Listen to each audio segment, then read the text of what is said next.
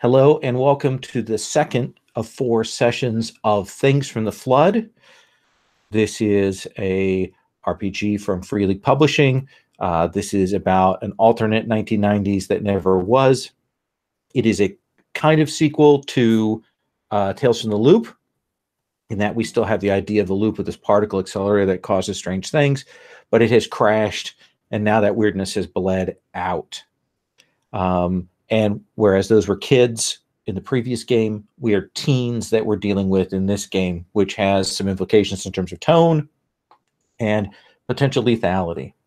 So this is a game that is set in the 90s and is much more the sort of the Stranger Things vibe in terms of danger that goes on in that.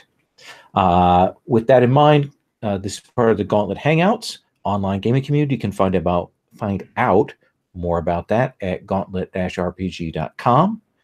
And we use the standard X card as our safety tool, which especially since we're dealing with teenagers and we're dealing with horror, is the thing we want to make sure that we have on the table. Things from the Flood has a lot of interesting stuff in it. And today I saw someone got their Kickstarter copy already. I saw that Kyle Simons has his copy, and I'm extremely jealous. I don't know if his Canadianness allowed him to receive that earlier than the U.S. deliveries. We will see. But it'd be nice to have a nice firm copy in hand before this is all over. So what I want to do is, we've got 2 ways to go about this. Does anybody feel strongly, and I'm going to go by name here in a second, but about sticking where we ended last time and following on from there? Because otherwise we'll kind of like move forward with some assumptions about the group having gotten away from the surveillance. So Tom, do you have any strong feelings on that either way? Not strong feelings. If I were to express a preference, it probably would be to continue on from the point where we left off. But okay. If you have, I mean, it's not that important, really. Okay. Well, let me check in with everybody and see. I am sure. Really kind of in the middle on that. But Wade, do you have any strong feelings about that? Not especially one way or another. Okay.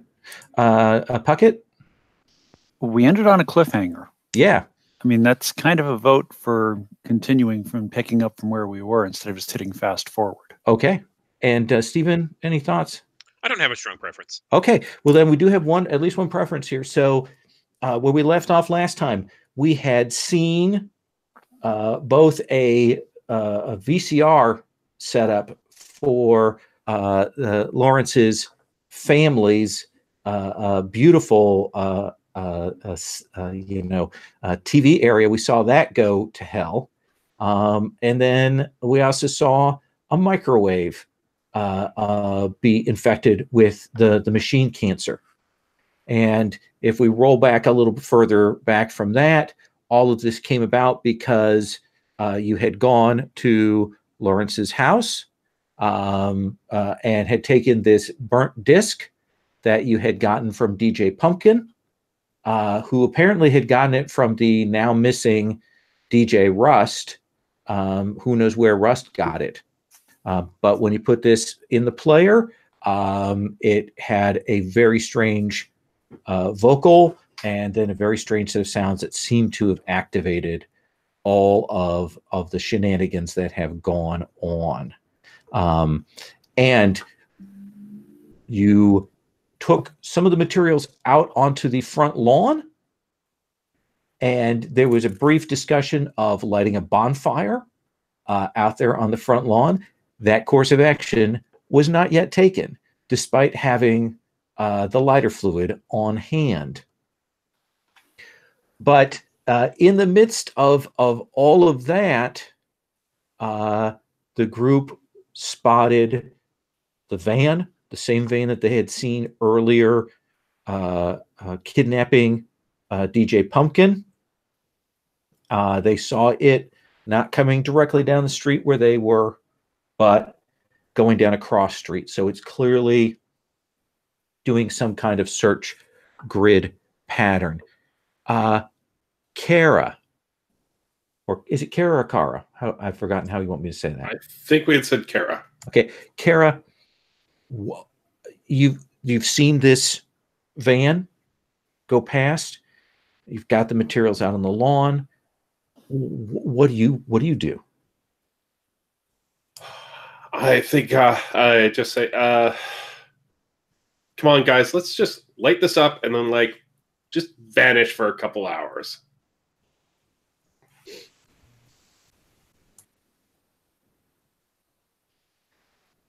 And Sandra kind of turns to Kara and, looks at him like, are you crazy? That the fire will draw him right towards us. And she kind of pulls the curtain out that we had wrapped the VCR in. Yep. Drapes it over it and says, now we disappear. Fine, let's just disappear either way, right? Yeah, let's go now. That's good. Okay. So leaving the VCR on the lawn with the curtain covering it? Yeah. And the microwave, yeah. And the microwave. Okay.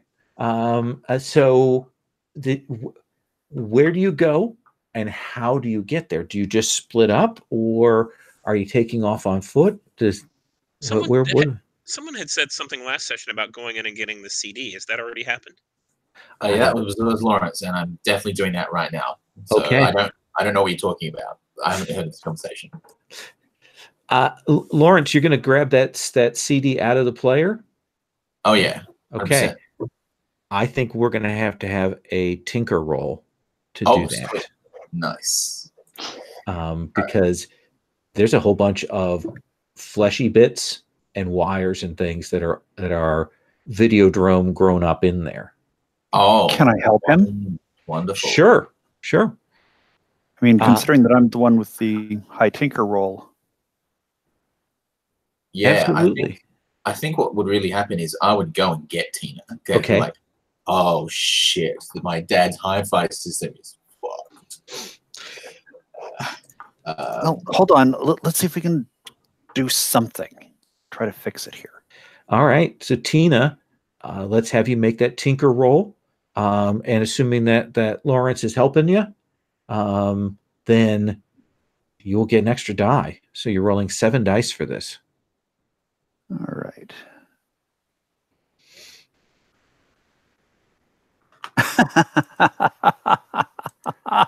Oh no! No! Not 1, 6. Okay. Well, now with that in mind, you have a couple of choices here.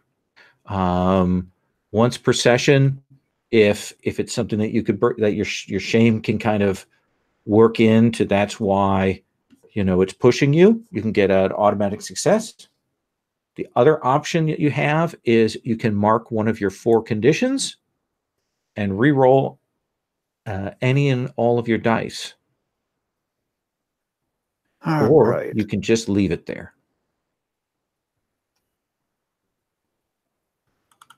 You know what? I'm going to take a condition. Okay. Which one do you want to mark? These are more descriptors. The net effect is a -1 to future rolls. All right. How about hungry? Okay. So I was having an issue because I was having low blood sugar. Absolutely. So go ahead and put a check mark there in the hungry box, and you get to re-roll. It's all 7 dice or just 6 this time? All 7 dice. All right.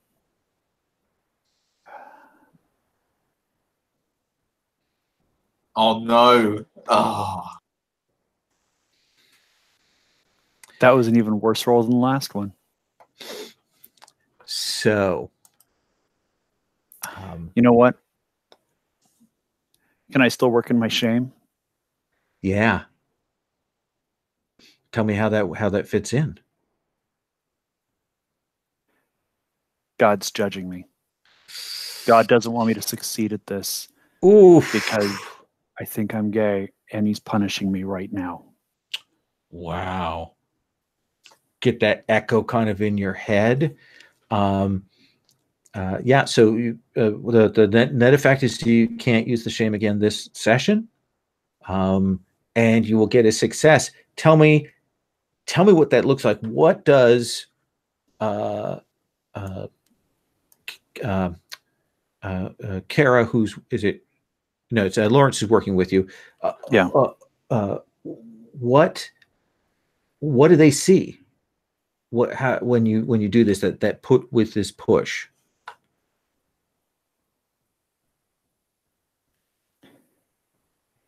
They see my face turn red, my shoulders tense up. There's something, an expression that crosses my face briefly, like rage, which is unusual because usually I'm smiling or I'm kind of self-conscious or I'm kind of unsure of myself. And suddenly there's just this anger. And I think the way it plays into getting the CD out is that I actually break the tray. So there's going to be, that's something we may have to answer for in the future. But the CD is out of the player. You've got a hold of the CD. The various machines are under the curtain in the front lawn. So I assume that Sandra and Kara, you two are the ones who can kind of, since they were involved in getting the CD out, you two can set where you're going and how you're getting there. What do you think is the next step?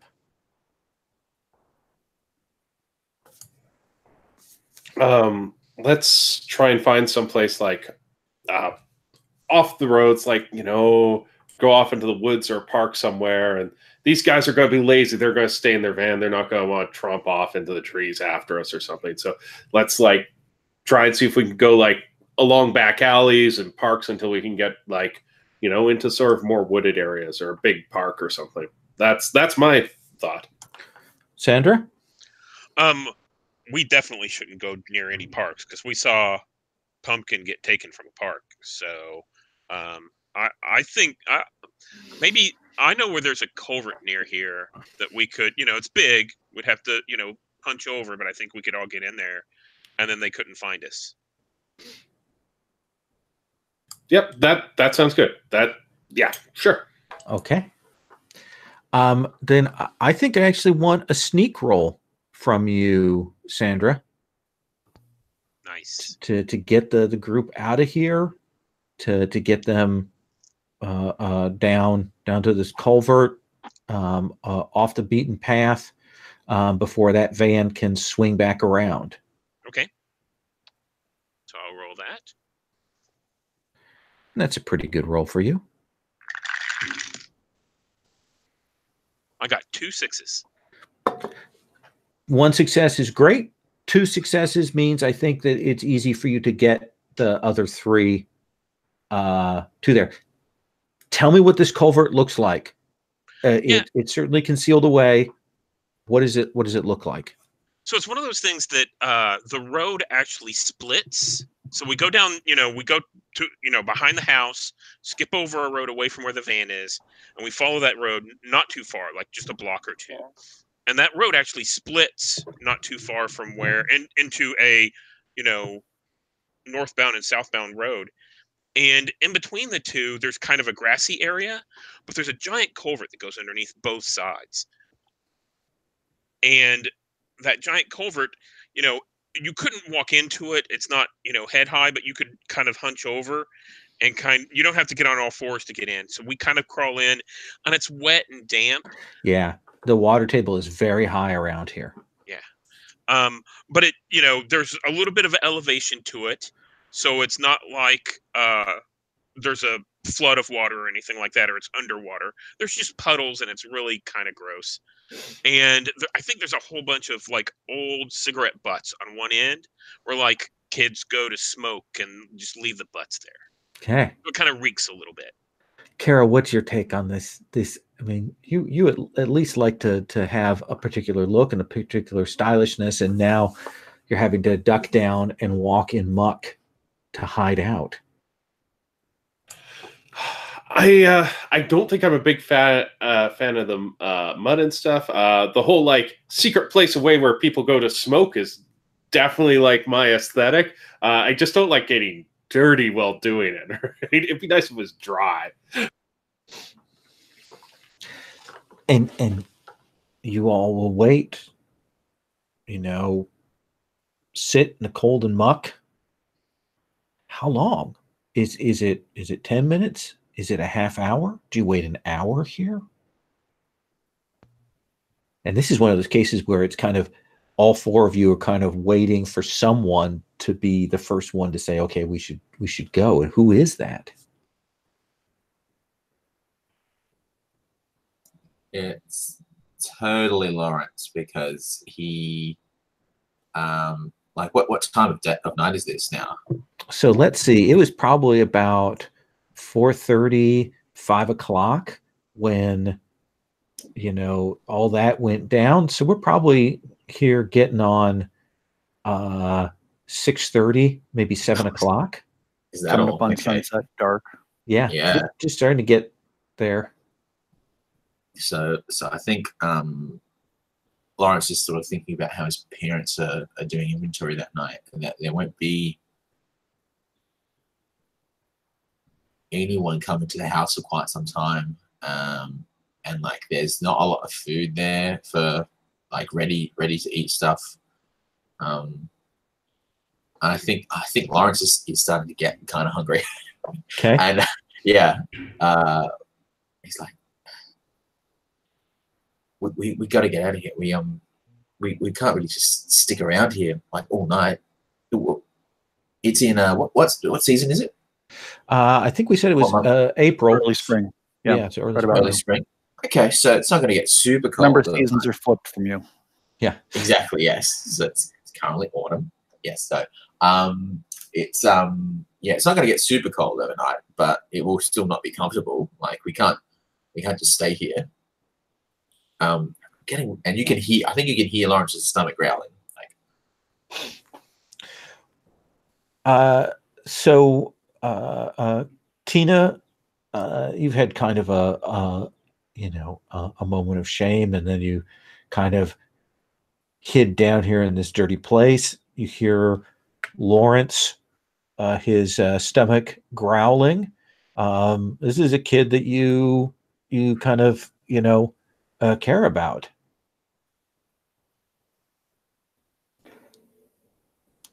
I think I'm still shell-shocked from the chase, from invoking that shame, from having that boiling up.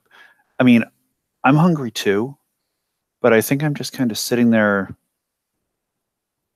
kind of emotionally traumatized, like kind of checked out right now, because it's like, first we saw somebody get abducted, then we had like the machine cancer thing, then we had grown-ups chasing us to do who knows what. I mean, if that's not a recipe for a kid to kind of check out emotionally for a little bit, I'm not sure what is. So Sandra, you see that Lawrence is getting agitated. You see that Christine has checked out. I think so, Sandra. I think that there's a little bit of we can hear Lawrence's stomach growling and everything, and I think that Sandra kind of goes to the edge of the culvert, looks out, and reaches to the side where there's like a little where the concrete kind of lines up with it, and pulls out a pack of cigarettes and lights one, and then shoves the cigarettes back in, and says, "Okay, here's the thing, Lawrence. We got to tell your parents so they know what happened whenever the machine stuff, machine cancer hit. We've got to get food. We're safe if we're here. We're safe if we're together. And because they can't take us all, and one of us will get away, it'll be fine. Trust me." And then I think she walks over to Lawrence and says, "Cough up the CD." He'll pull it out of his hoodie and just hand it to you. Yeah. I think she walks over like midway in the culvert and looks around to see if she can like shove it behind, you know, a rusted out spot or something like that. Yeah, that seems like an easy enough thing. I don't think that requires a roll. I think you can easily find a spot here that you can slide that burnt CD into, and get that set. Kara, what's your take on this plan?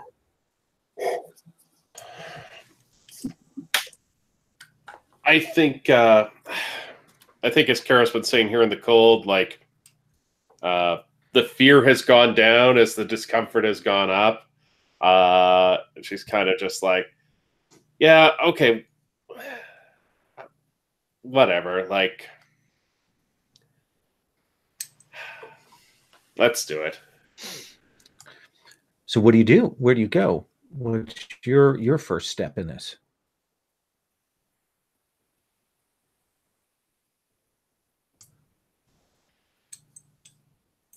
I think Kara's kind of like,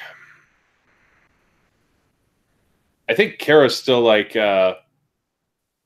waiting to sort of see, you know, other people move in and what they're sort of getting up to first. Okay. Then it sounded to me like Sandra was the one with the most sort of active, we're going to do this take on things. So Sandra, what do you do? Yeah, so I think she kind of looks around and everybody's kind of, you know, unsure, and she's like, fine. You know, first things first, let's go get some food. Okay? Does anybody have any cash? Or, you know, we can't go over to my house. I don't have any food. Do any of you guys have food at your house? Lawrence, you said your place was pretty picked over. You know, you didn't have any ready food. Your parents aren't there. I think the first thing is go get food. Yeah, there's 2 meals at the house, and that's basically all that we would have, and we need the microwave for it. So, you know. Sandra kind of shudders as you mention the microwave. Kara, Tina, do either of you speak up at the thought of having food? Kara will say, like, you know, like, if we go over to my place, I can, like, sneak some stuff down to us. Like, my mom and dad won't notice me taking anything out of the kitchen. So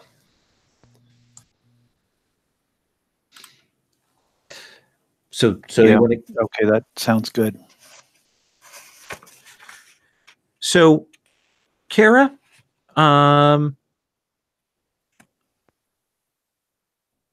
your dad works for the parks. Your mom works at the grocery store. Kind of crummy apartment, right? Are either or both of them at work right now? Sorry, what time is it? It's like early evening now? Now probably about 7 o'clock. Yeah. I think they're probably, by this point, they're probably both at home, like, watching TV. Okay.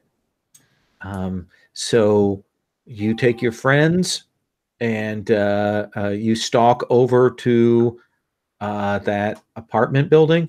It's probably one of those very short, you know, like 3-floor apartment buildings, maybe 2 family units on each floor. How do you do this? What I'm imagining, or at least what, you know, Kara is sort of thinking will happen, will be just like kind of the scenario where she, like, you know, comes in, is like, hi mom, hi dad, and like they're like not especially attentive and probably are just like, hey, from the couch, as she like rummages around to the kitchen without hoping to like attract too much notice, and maybe like closes the door to her room, but instead of going into her room is just going back out into the hallway. Absolutely. So you will come in and you know, your parents are there. You can see that they're kind of flipping through like some sort of catalog that they got. And they seem to be talking about that. Your dad has some chips out, and he kind of does that thing where he's got his arm on the couch and he kind of looks back. He's like, "Hey, Dad. You're home late." Yeah, I was studying with some friends for an exam that's coming up. Okay.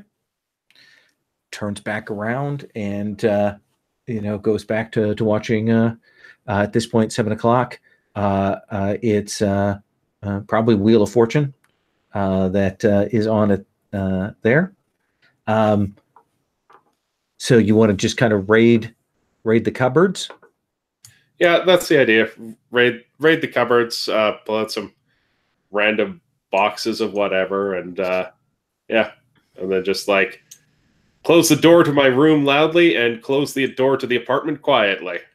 Where are the others while you're doing that? Are they downstairs? Did you bring them on up?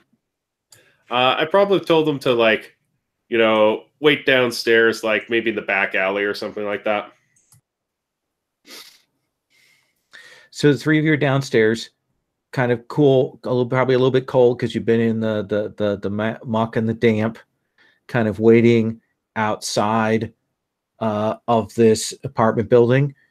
You'll get at least one or two strange looks because this is kind of an apartment residential neighborhood of people like parking, and they see you kids standing around and gawp a little bit, but none of you look like real dangerous types, so they don't pay you too much mind.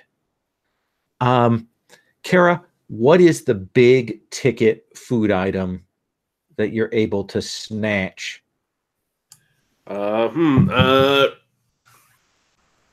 Box of Pop-Tarts.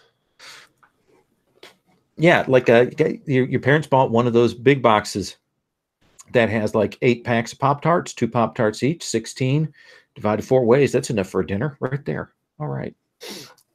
So after a little bit, Kara comes down with some food, and it's getting kind of dark.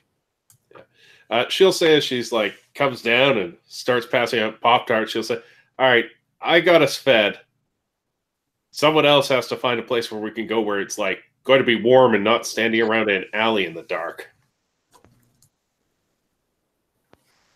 I guess you can go to my place. My dad doesn't, he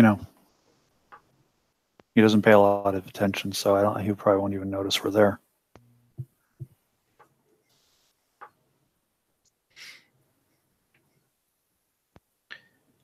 Okay.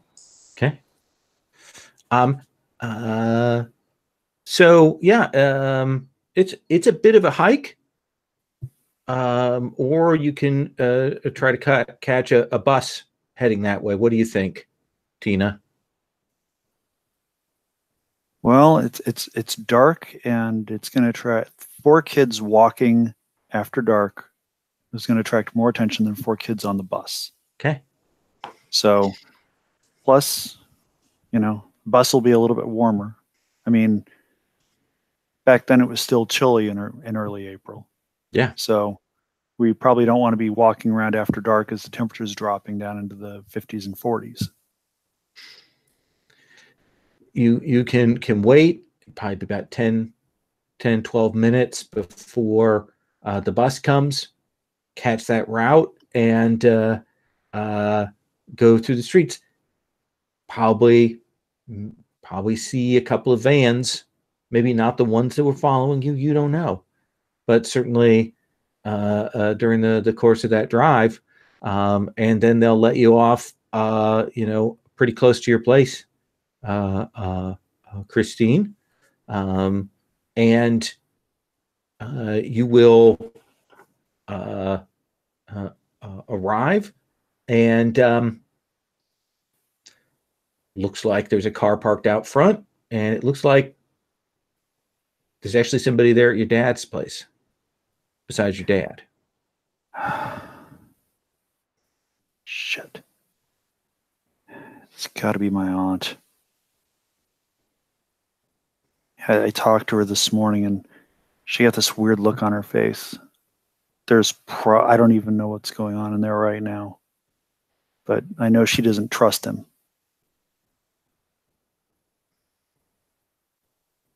Let me hang on for a second. Let me poke my head in and try to see what's going on before I drag you in there.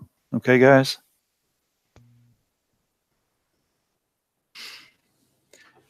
Again, standing outside in the cold, kind of waiting. Tina, you'll pop your head in, kind of look.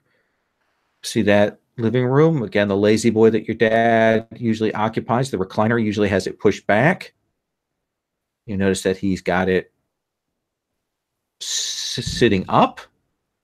And he's sitting there. And across from him is a guy in a suit and a tie who seems to be in the midst of some kind of conversation with him. What do you want to do?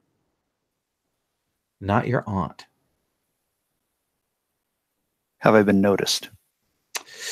Well, you can try and sneak. Alrighty. What is my sneak score at? Your body is a 4, so you've got 4 dice right now. All right. -1. What the hell? So 3 dice. Because I'm hungry. Alrighty. No dice. No pun intended. Okay. So So yeah, I guess I stumble as I come in the door.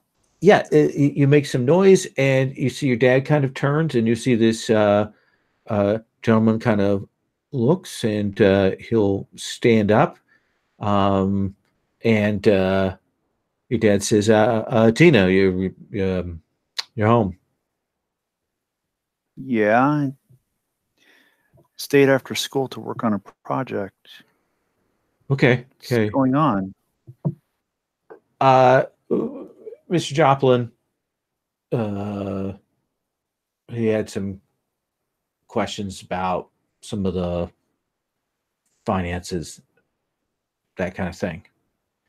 And you'll see Joplin, the guy, kind of maybe makes a little bit of a face like, okay, I'm not sure exactly that's how I describe it, but he'll nod, clearly takes the hint that your dad doesn't want to like discuss whatever the matter is in front of you.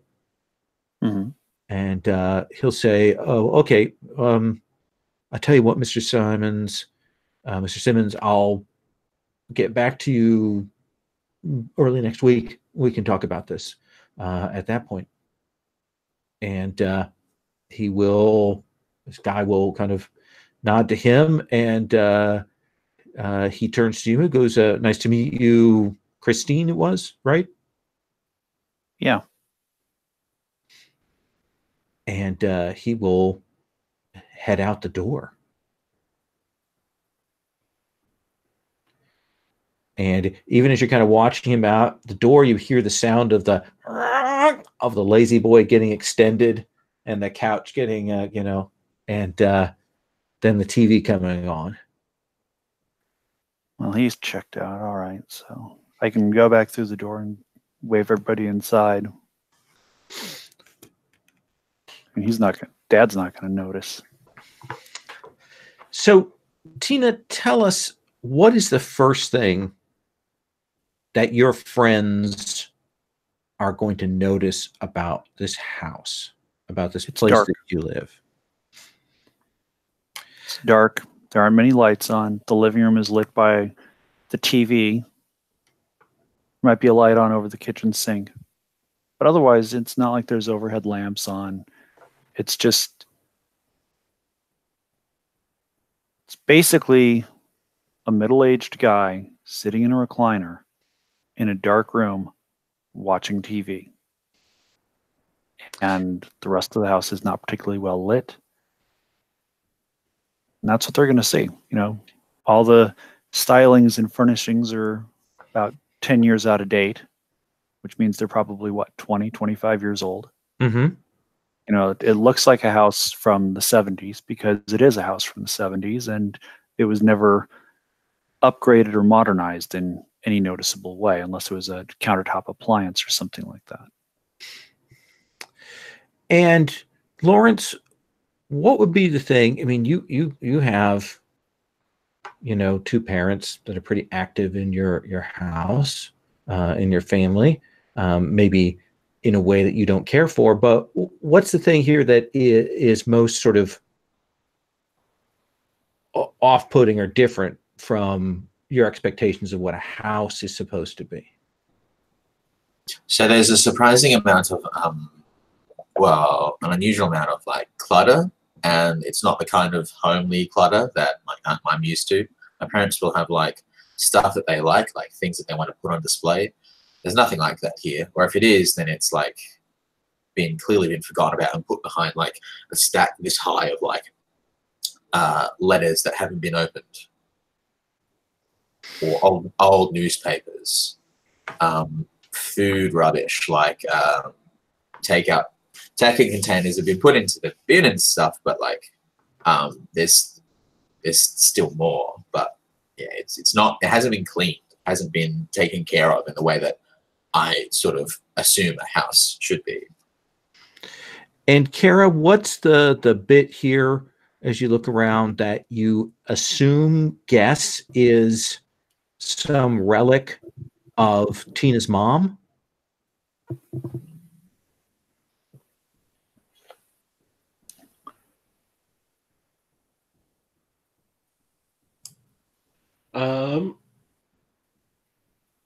Maybe there's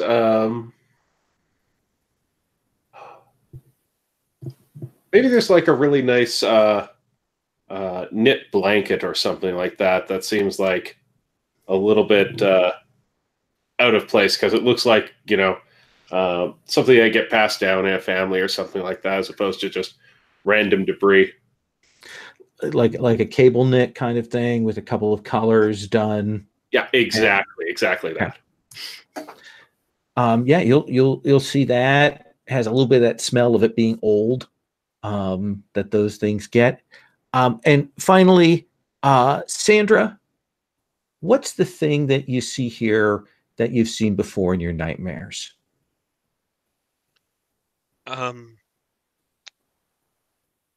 I think it's akin to the darkness. So as we walk in, we go to head down a hallway, and there was a light over the sink, but it kind of flickers a little bit, and you see the hallway looks deceptive. It's very dark, but you can't tell, how far down it is, and the light, because the lack of light makes it look a little bit just warping, almost like you're in a circus fun house. Mm-hmm. And so I spent some time over here. Tina's parents took care of me a little bit whenever I was younger, before her mom went away, disappeared. And in my nightmares, I always see this darkened hallway. It's always scared me. Yeah, and definitely that quality of light has not changed here. So Tina, what's the space that you can take your friends into? Is there a back porch? Is it the kitchen? Is it a finished basement? Is it your room? What is that space? Well, it's a ranch style with no basement.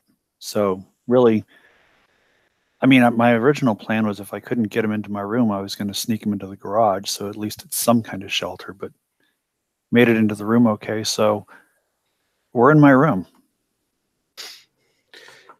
So yeah, the four of you kind of packed into that space. And it's getting 7:30, 8 o'clock. Now, do any of you need to call your parents or anything like that? Let them know where you are? Or? Yeah.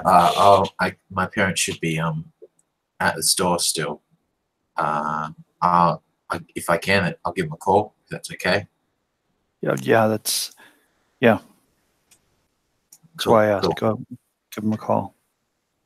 Lawrence, So do you call them in front of your friends, or do you kind of step out in the other room to call them? Do we have cell phones, or is this like in the hallway? Or? I assume that there's enough of a cord that you Hallway. can step out. Yeah. Yeah. Yeah, I'll step out and I'll just sort of like just try and keep my voice down, I guess. Do your parents call you Lawrence? They probably have like a nickname for me. Well, it would be something like endearing, but not like super like unique. It'd probably be like Dad would probably definitely say to me like Chief or something like that. Or let's go with Chief. So you call and it'll be a bit, and then pick up and we'll say Sam Goody, Science City Mall. Hey Dad, it's me. Hey Chief, what's up? Just want to let you know that I'm staying over at been invited over to a friend's house for a sleepover, I guess. On a school night? Yeah. Who are you staying with? I'll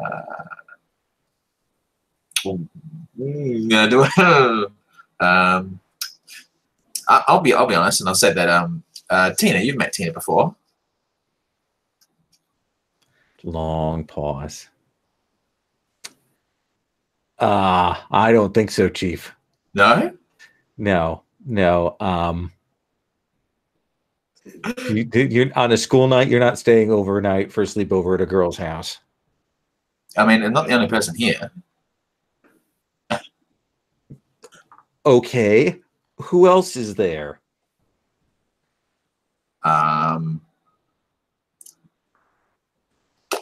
I think.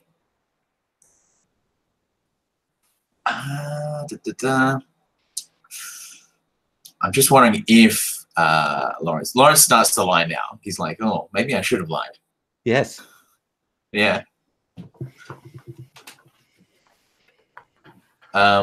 So I think he'll just make up. He'll just say someone that he's mentioned from school, like someone. No.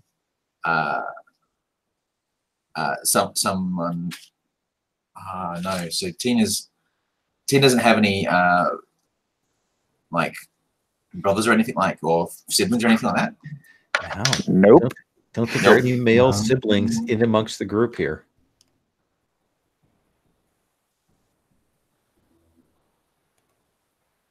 Just going to make up a name? I think I am just going to have to make up a name, yeah. Okay. So let's have you make a charm roll. Great. Cool. Let's do that.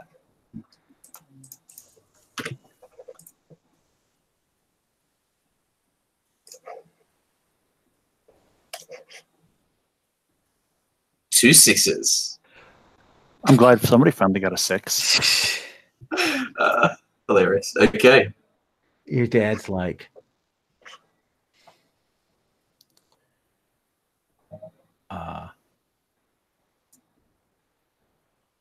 you see, you can tell he's kind of wrestling because he's got to deal with his inventory. Like he wants to get back to that, and he's like, of course. He goes, okay, but I want you to promise me that you don't say anything about this to your mother.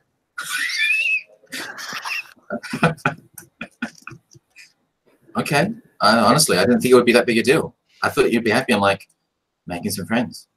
Okay. There's making some friends, and then they're staying out all overnight with a girl. So let's just keep it at that, okay? Lawrence is just like, okay. Sure. Okay. I gotta go, Chief. See that. Hope everything goes well. Bye. Yeah, and Cool. you somehow navigated that. Kara, do your parents expect you to stay out late? Do they not expect you to stay out late? I think it's the type of thing where they probably like every once in a while they'll give her a lecture about being home and good time to like get good sleep for school, but like will then like forget about it later. Like they keep doing these things that they think are going to make them good attentive parents, but then they forget about it later. Okay. And they saw you come in. Maybe they didn't notice you leave. It's all good. So yeah, you the four of you can, with no ties or repercussions, crash here at Tina's place. So, can I have a short scene? Absolutely. Nice. So I think whenever Lawrence comes back in from the hallway after talking to his parents, I kind of look over at him and I say, "Hey, so were they very upset?" Oh, well, I haven't told them about like any details about the house. So I think the best situation for that is if I just pretend we don't know anything about what's going on there. Wait, what the fuck? They're gonna come home in the middle of the night, and I think I raised my voice a little bit. They're gonna come home in the middle of the night, and they're fucking cancer-ridden shits on the lawn, and the house is a mess, and you didn't think you needed to warn them? Curtain and the curtain. And the curtain. Yeah. I mean, they're gonna come. Did you tell them? Did you tell them that you were here? Yeah. They're gonna come right over here. No, you don't understand. My parents are doing inventory tonight. They have stuff to do. If they're going to come over, I mean, after when they get home.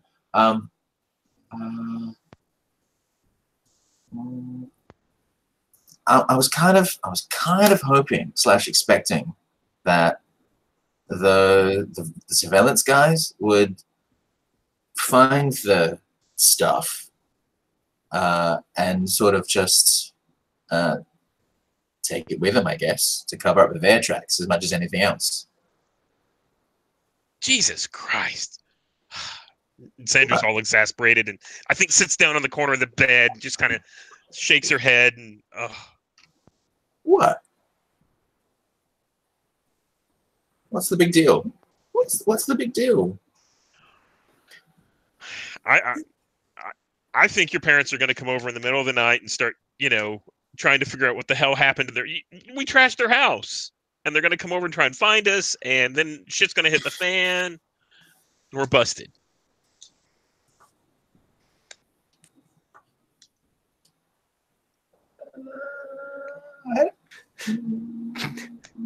Somehow I remain optimistic, but okay. Do you, I mean, what do you suggest we do? Like, what would have telling them have really done? Like, what would I be able to say that would be like, hey, your microwave and your VCR are now both spontaneously contracted machine cancer, and me, who I brought my friends over to our house without telling you, that that would be even more out of the ordinary for me. No, you just lied to them and tell them what happened, so whenever they get home, they don't freak the fuck out. But fine, it's not my skin. In a small voice, Tina says from the corner, I think Lawrence is right. I think that telling him over the phone just would have made it had given us a bigger thing to handle right now than we can handle. Because then then his parents are yelling and they're trying to figure out what the hell is going on, and then they're involved, and then we have to explain the whole thing about Rust and Pumpkin and the CD, and then what? Well, we don't tell. Right now they think everything's fine. They just think that he's staying over at a girl's house, and maybe, just maybe, for the love of God, their son is making out with a girl or something like that. Because, but I mean, this is something he needs to tell them in person. Because what were they going to do? Yell at him over the phone? Are they going to leave inventory and come over and yell at him? They're doing inventory. They're not going to get home until late. They're going to be exhausted. They might not even notice. They might just go straight to bed and deal with it in the morning. They might not even notice it until morning. And Sandra just kind of you see her get kind of more and more progressively red, and she starts to pace a little bit, and she tries to say a couple of things and then stops, and then just sits down and just clams up. Sandra, I know how fucked up things are right now. Things are really, really, really fucked up. But we can't fix how fucked up they are at this exact second, and him telling his parents would have made them more fucked up right now, as opposed to more fucked up in a few hours or tomorrow. I mean, don't we all need a break from how fucked up things are right now? I mean, aren't you hungry? I think Sandra, have we eaten the Pop-Tarts? If not, she grabs a thing of Pop-Tarts and goes off to the corner. All right. So I assume that the four of you are going to crash here at Tina's overnight. That seemed like a reasonable thing. Yeah, I think I put in the obligatory phone call to my sister, my older sister, and tell her to tell mom and dad that, I'm staying over to a friend's house, and I think they'll be a little bit relieved. I say, oh yeah, and the landlord stopped by this morning as I headed off to school. Yeah. Now, where does your sister Ruth, does she live at home too? She does, yeah. She'll say, yeah, you didn't let him in, did you? He unlocked the door and walked in.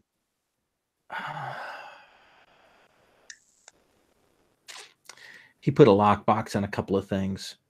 I think they're getting ready to kick us out.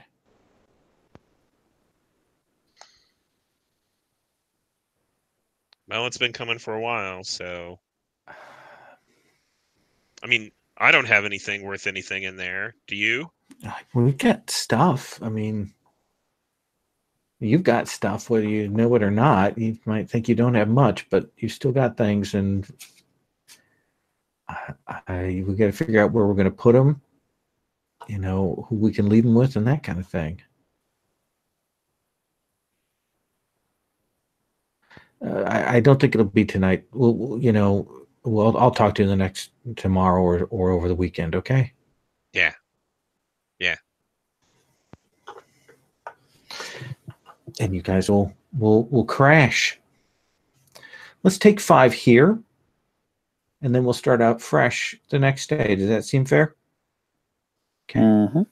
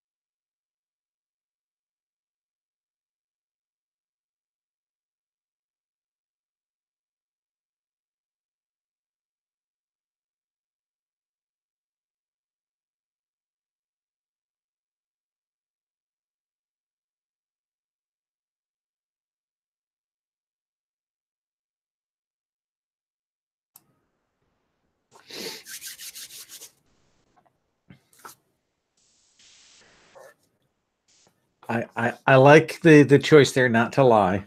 I respect that decision into leaning into it. That was good. I don't think Lawrence has ever had to lie or even thought about really lying to his parents.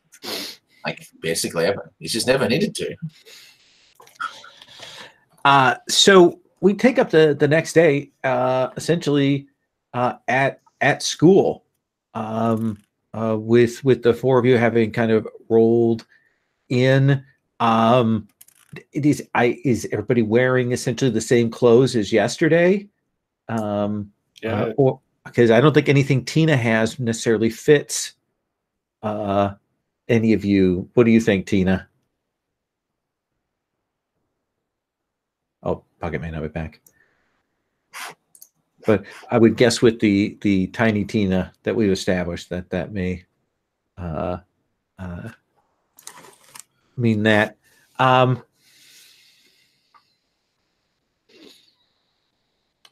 Have you ever stayed out all night like this, Lawrence? No, that's never happened. Like, Lawrence obviously, he's not really thinking about it in terms of like whether it's like that sort of thing he'd usually do. He's just not conscious of it. He's just, yeah. And where do you sleep? On the floor? On the floor, yeah. Okay. Classic Yeah. teenagers who can do it without having the problems that I couldn't do that now. Yes, no, that would kill me right now.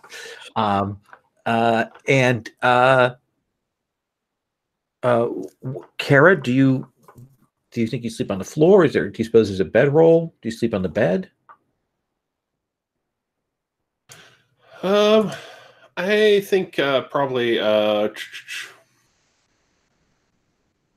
I think probably depending on the size of bed, I think Kara's instinct would just be to like crash in the bed with Tina. Okay. Tina. Yeah. Lawrence crashing on the floor. Kara moves to kind of just crash and sleep on the bed with you. Well, we're besties. Why wouldn't she? Yeah. And is that your reaction as well? Yeah. Or She's my bestie. Okay, good. I wanted to make sure it wasn't more fraught or anything. And where does Sandra crash? She is cute, but she's not Raven. Right. Sandra? You're muted. I've got double mute, so sorry about that. Right. Yeah. I'll take 2 drinks. So basically, Sandra looks around a little bit. She sees Lawrence kind of uncomfortably on the floor, and I think Kara and Tina are headed towards the bed. Fuck this, and she crawls in between the two of them, but like with her head at the foot of the bed, and like, we're done. Classic mass cons, multiple people staying in a room thing. Okay. Try to find a blanket and a pillow for Lauren so it'll be a little bit more comfortable. Maybe there's a sleeping bag around or something like that. I mean, is there a guy to be like just sleeping on the floor? Yeah. I think that there's probably. I mean, doesn't everybody have a sleeping bag? It's a classic thing to have around. I mean, particularly at that time, and especially in that. I mean, when I was growing up in California, I had multiple sleeping bags. Oh, yeah. I never went camping, so. All right. So you guys sleep. You're rumpled. You're in the same clothes. Go to school the next day. I think so. Actually, during the night, at some point, I get restless, and the other two can tell. And I think I wake up, and they can. I'm in a cold sweat, and I kind of lie there for a while. It's an unfamiliar place. It's dark, and I just lie there and try and go back to sleep. But it's up to them whether or not they notice that or not. And then I can wake up the next morning. Okay. Yeah. Well, 2 seconds here. I think Tina would notice. Yeah. Sandra's breathing really hard. I think Kara would too. I mean, especially with an empathize and heart score of 7 dice total. Yeah. Yeah, that makes sense. So yeah, the two of you will kind of be woken, and as much as anything, it's just that Sandra's breathing has changed, and and has a little more of a weird edge to it, and you get that strange vibe from her.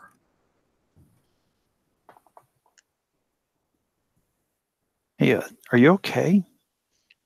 And I think it's this hyperventilating kind of breath, you know.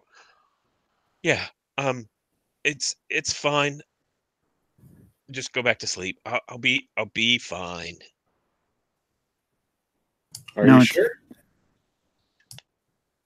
Yeah, it's not any big deal, you know. It's just, yeah, it'll be fine. Tina turns around in the bed so that she also has her head toward the foot of the bed, wraps her arms around Sandra and says, "It'll be okay." Did you see that crap out of the microwave? I mean, it was not normal. I didn't say normal. I said okay. Yeah. None of this is normal. And I think, you know, Sandra just tries to, you know, take deep breaths and calm down, and eventually nods off and goes back to sleep. And so the next morning, school, it's a Friday, the last day of the week. It is mid-April, so it is getting towards the end of the school year. So there's some buzz. There's still the buzz about what went on at the rave and DJ Rust having gone missing. And, you know, you're hearing from a couple people that apparently DJ Pumpkin didn't show up at school today. And people are wondering why. Nobody quite knows. And that seems to be the general rumor mill through the day. Lawrence, what do you do during the day? Is there anything I should know about in terms of what you're looking into, who you're talking to, what you want to do? Yeah, so Lawrence is like probably going to use whatever free time he has. He might even skip a couple of classes and just spend time in the library trying to on the. So it's only two. We'd have library computers and stuff by now, right? You have library computers that can look up what books you have. But not like on internet access type stuff. Yeah, no, Nope. No, not yet. Okay. Internet wasn't getting commercialized until 93, 94. Damn. But there are newspapers, there are magazines, things like that, local stuff. What do you want to look into? Encyclopedia, yeah. Yeah. I want to learn everything the I World can. Book. Yeah. Anything that's like that I can find about the machine cancer. Anything at all. All right. Let's have you make a roll here, and I think this is going to be, since it is our research roll, that is comprehend. Yeah. All right. 7 dice. Just trying to think if there's a way that I can involve my hoodie in this somehow. But I don't think there is. It's a montage. Is it? Do we see you get and you're working on the stuff and you pull the hoodie up? Yeah. Yeah. Absolutely. And like, yeah, 100%. Yeah, that's what we do. Strings tight. Yes. Hack all the systems. Okay. Yes, I've entered the fantasy in my own head. So Yeah. I'll add this one. That's 2, and then I'll reroll all the days. Okay. I went 9 dice. Yeah. Only 1 success, but I got a success. So what is the big thing you want to know related to what you've seen? Causes. Is there any sort of like publicly identified like known causes for the machine cancer, or is it believed to be like wholly spontaneous and like we totally don't understand it? Here's the thing: is they really don't understand it. Like Yeah. they don't understand what causes it. They think that maybe like something about some kind of like mold or something that has built up on older machinery and then gets activated in some way, or there's some discussion about that. But the thing that will surprise you is how many contradictory theories, how many contradictory ideas are on about that, and nothing that you find says anything about like a signal to activate it. So whatever this thing is, it's completely revolutionary. Right. Is there anything that something about you said, just sort of like put something together? Is there anything about the devices that my VCR and my microwave had about how old they would have been, or any sort of like brands that they were that would have like tied together or anything like that? Is there a link there, or is that just? It does seem like those machines were the couple of older pieces that you had in the house. Mm-hmm. And that does, I mean, one of the things is they have all these theories and all these things they've found that, okay, it happens to these things, but we don't know why. But yeah, I mean, that does sort of follow the pattern, because a lot of the newer stuff that you had in the house didn't get affected by that. Right. Does that seem like fair info? Absolutely. Okay. So Sandra, what are you up to during the day? Talking to people, looking into things, figuring out where you're going to crash in a few days when you get evicted. What do you think? Using your lockpicks to break in somewhere? Yeah, that's actually what I was thinking about. Ooh. I think, but I'm not sure exactly what I'm going to take. Sure. I think, okay, this is what I think. I think I want to break into into like a teacher's office. Okay. And I want to take their ID. Interesting. Okay. Let's do that as sneak. That seem right? Yeah. With the 2 dice for your lockpicks. Okay.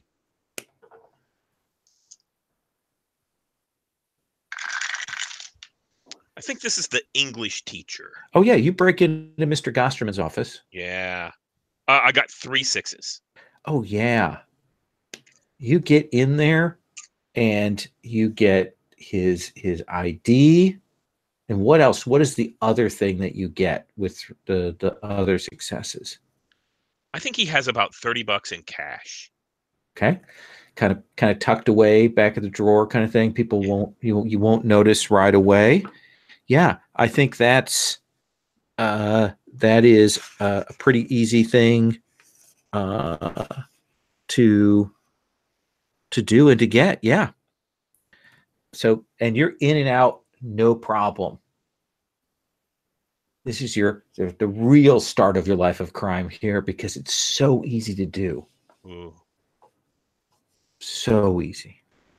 Kara, what about you? I think since there's like, talk about, Rust going on and stuff like that, Kara's just going to like, listen to some conversations and sort of poke around and see if like she might be able to find a lead on like someone who knows Rust they could talk to. Like, after school, like, does he have a girlfriend, or did he work with, a collaborator other than Pumpkin and stuff? Like trying to find like a person who can be an insight into Rust. Okay. Let's have you do that with investigate. Okay. Do you think your book on mysteries helps you to be an investigator? Yeah, that makes sense. I think she's, following some of the, she, probably doesn't do a whole lot of mysteries and stuff like that. So like, in real life, so she's like following some of the patterns. Do you know what I mean? Yeah. So, okay. So investigate. Give yourself that extra set of dice. Okay. Just a second.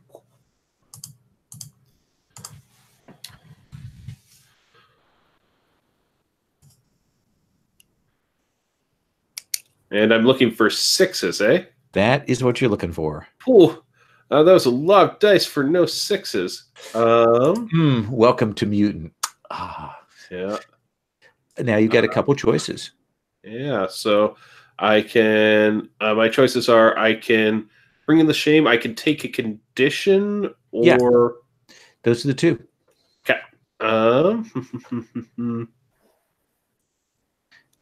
In Tales from the Loop, you have luck because you're kids. Yeah, you do not so much here.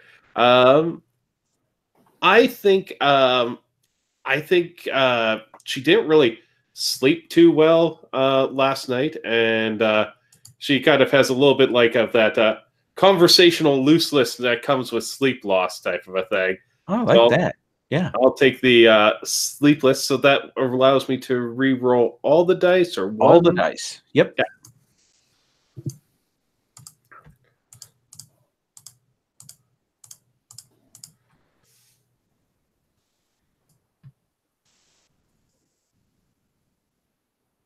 Okay, much better that time. 3 6s. Awesome. So what I'm going to do is I'm going to give you a couple pieces of information. And then because you've got extra successes, I'm going to let you do a couple follow-up questions. How's that sound? Sounds good. So one of the things that you will hear is that Rust had some weird friends. Like you heard he had some older friends who were kind of fringy. Kind of get some sense of that. But the other thing you'll pick up is that when that rave happened that got busted into, and people were running this way and that, apparently it was DJ Pumpkin, another guy named Barry Pierce, and Rust's girlfriend, Natasha Singh, who kind of grabbed up Rust's stuff and like took it like to keep it safe and stuff. And so you think that's probably why Pumpkin had some of Rust's things. So that's sort of the baseline info. Got 3 names there. I'm going to give you 2 follow-up questions. Okay. First one is, can I have a lead on where I can track down the girlfriend? Yeah, absolutely. You'll find that Natasha Singh actually works at the local sort of magazine, newspaper, book distributor. Like there's a building that people go to pick up comics and magazines and things like that, and she works as a sorter there. Okay. I'll make the second question. Follow up. Where can I find? Barry was the second. The other Barry name? Pierce. Yeah, and where can I find Barry Pierce? Barry Pierce actually hangs out at the skate park, and he's this big guy who is surprisingly good boarder.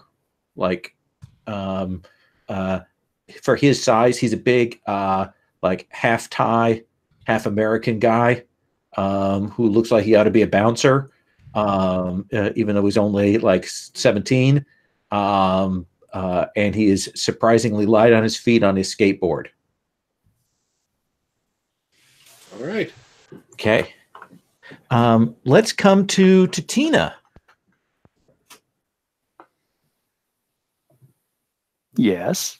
So Tina, what do you want to do? One of your options obviously is if you want to clear your condition, you can go and talk to your anchor. But I don't know if there's some things you want to look into during the day.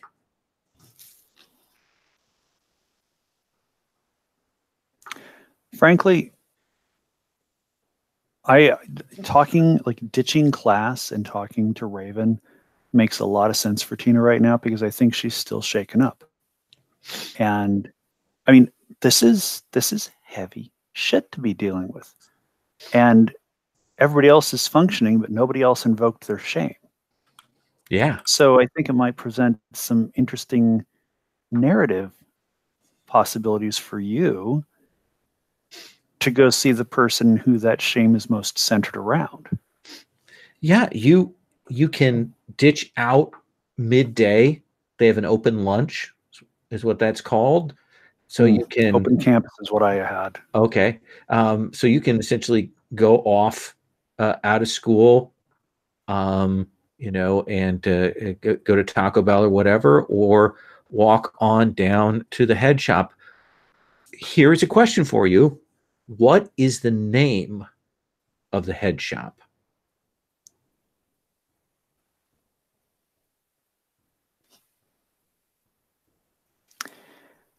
I realize that there's only one name that could be. Okay. The High Street. The High Street. Or the High Road, if you actually the High Road's better. The High Road. Taking the High Road. For those of you at home who are not familiar with the term head shop refers to any store that sells paraphernalia related to drug use. No drugs, just all of the accoutrements. And usually has, like in the past, you know, would have back issues of High Times, and would maybe have some Army surplus stuff, and maybe underground comics, magazines, that kind of thing. And we've established, records. We've also established that the High Road has now a comic book section to try and make it a little more palatable, and some older collections and things like that. And the High Road, despite its name, is one of those places where you actually have to walk down a set of steps to get into this sort of basement frontage of this place. It has like garage style carpeting. All of the shelving, all the things are clearly like handmade with leftover wood, 2x4s and plywood and things like that. But it's been around for so long, and the place is a veritable explosion of patchouli. When you come in, that smell is just overwhelming through here. Patchouli and incense, and there's probably like bars of homemade soap that someone is selling that are on the counter that give just a pungent aroma. You know, the guy who makes it, when he comes in, you can smell him coming, you know, a mile off. And don't forget the tie-dye and the Grateful Dead teddy bears. Oh yeah, all that stuff like that's a little bit better than, say, Spencer's or some of the other places at Hot Topic at the mall, but maybe a little more authentic. And Raven's there, and she is shelving things. There are people there during the day to buy their rolling papers and that kind of thing, and she will give you the high sign when you come in, and she will come over and she'll say, "Hey." Hey there. How are you doing? Good. I hadn't seen you since the rave. Looks like you got out of there okay. Yeah, kinda. Are you really busy right now? And she looks around and rolls her eyes. I'm never really busy. Can we talk? She's like, yeah, okay. And see her go. She leans over, turns the key on the cash register, and kind of pulls it out so nobody can get into it. And she'll walk you to the back. There's a set of bead curtains that you'll go through with that sound into sort of the back area, which is filled with boxes and junk and a whole new range of smells back there. You can see that the head shop's cat has kittens, and they're back here on that thing. And she's like, "What's up? What's up, Tina?" There's just been so much heavy shit going down. You don't even know, Raven. She I goes, saw Pumpkin get nabbed. wait, what? Me and some friends were at the park, and this white van pulled up and snatched Pumpkin. The two guys got out and snatched Pumpkin right off the street. DJ Pumpkin. Yeah.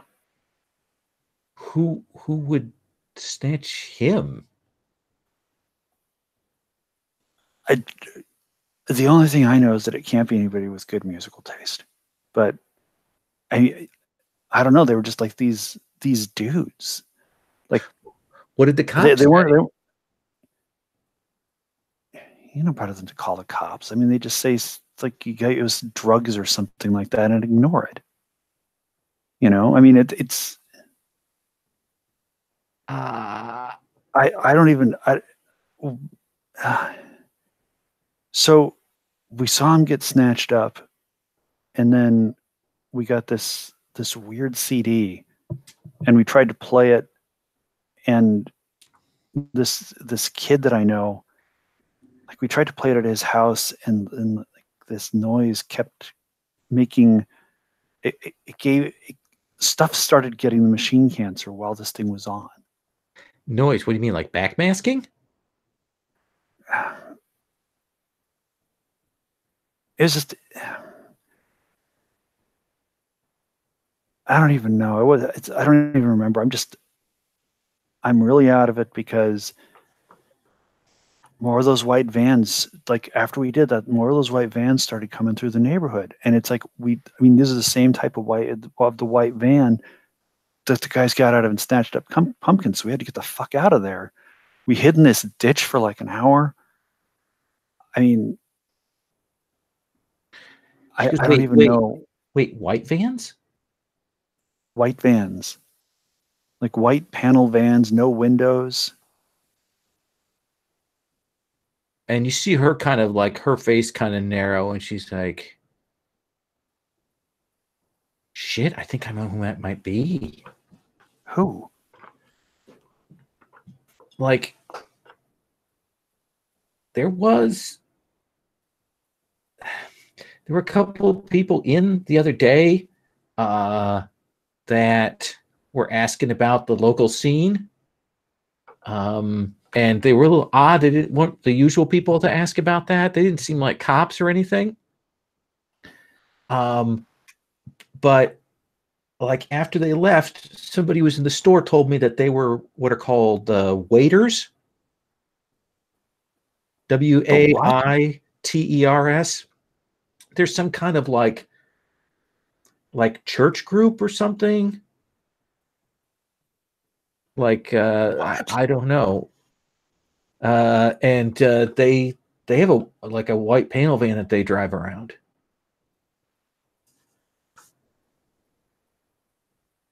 That's so fucked up.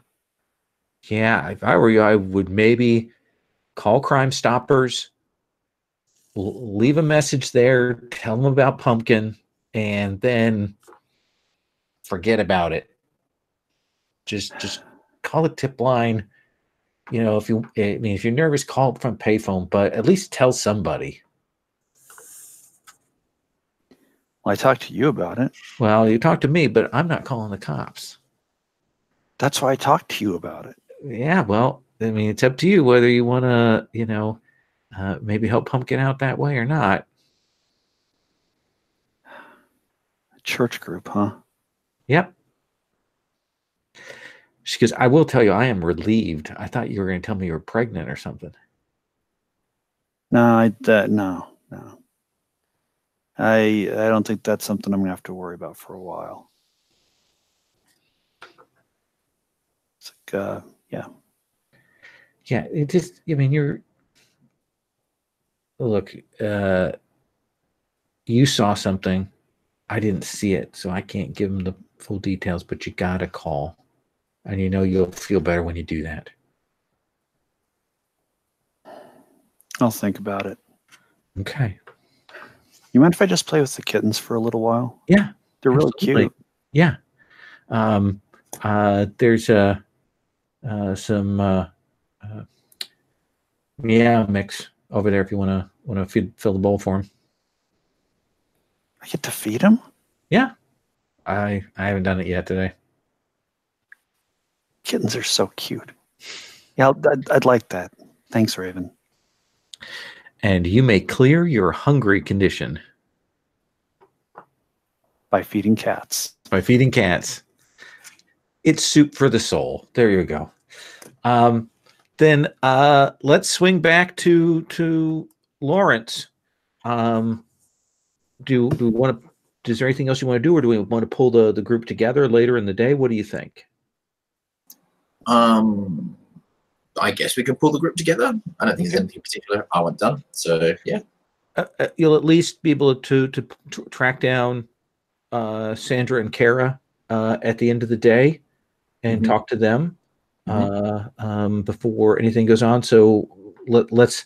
Where do you find them? there'd be lockers at the school, right? Yeah. Yeah. So I'd probably find them as the last bell is ringing near wherever their lockers are. Mm-hmm. And Sandra, Kara, Lawrence tracks you down. Nice. So I think, if you don't mind, Sandra's going to grab a hold of Lawrence and say, "Let's walk down here," and she heads back where the yearbook crew hang out, like to the yearbook room. Uh-huh. And I'm sure they have a cheap like Polaroid or something like that. And I say, I kind of walk in. They all look at me weird. I walk over. I take a Polaroid of Lawrence, kind of shake it a little bit, and then, okay, we're done here. And we walk back out. Polaroid. Okay. Okay. So Lawrence will say to you, what was that all about? So once we get outside, I'm going to cut the Polaroid, and I'm going to paste his picture, that's about right, over the English teacher's ID, right? Trying to make a real cheap, flashy, fake ID for him. Interesting. Let's have you roll Tinker. Tinker? To see if this will pass more than the most, a cursory inspection. Yeah. Okay. Kara, what's your thought as you see this illegal ID making process? I think Kara is just like lets out a little bit of a laugh. The ideas of using, but she's like skeptical on whether or not this will work. What do you got, Stephen? Oh, I didn't get any sixes. Okay. Yeah. So, yeah. Could I suggest that right about now, Christine shows up at school? Sure. I've got no problem bringing you into the scene. Sees what Sandra has done and says, listen, you're smart about a lot of things. You know a lot of things. Let me give this a shot. And I think that Sandra actually physically has tape stuck to her fingers, and she's kind of, okay, and kind of shoves the pieces of the Polaroid and the ID. Polaroid, probably the razor blade that you had in your wallet, that kind of thing, all that. Yeah. All right. Well, Christine. And it's daylight out, right? Yeah. So we're in a clean, well-lighted place, as it were? Yeah. Okay. So there would be no reason to use my iconic item. I don't think the glow sticks will help here. No. Nah, they're not going to help. But Alrighty, can I loan a dice as assistance? Yes, you can. Yeah. All right, so let's do 7. Cross our fingers that this comes out better than every other roll has so far.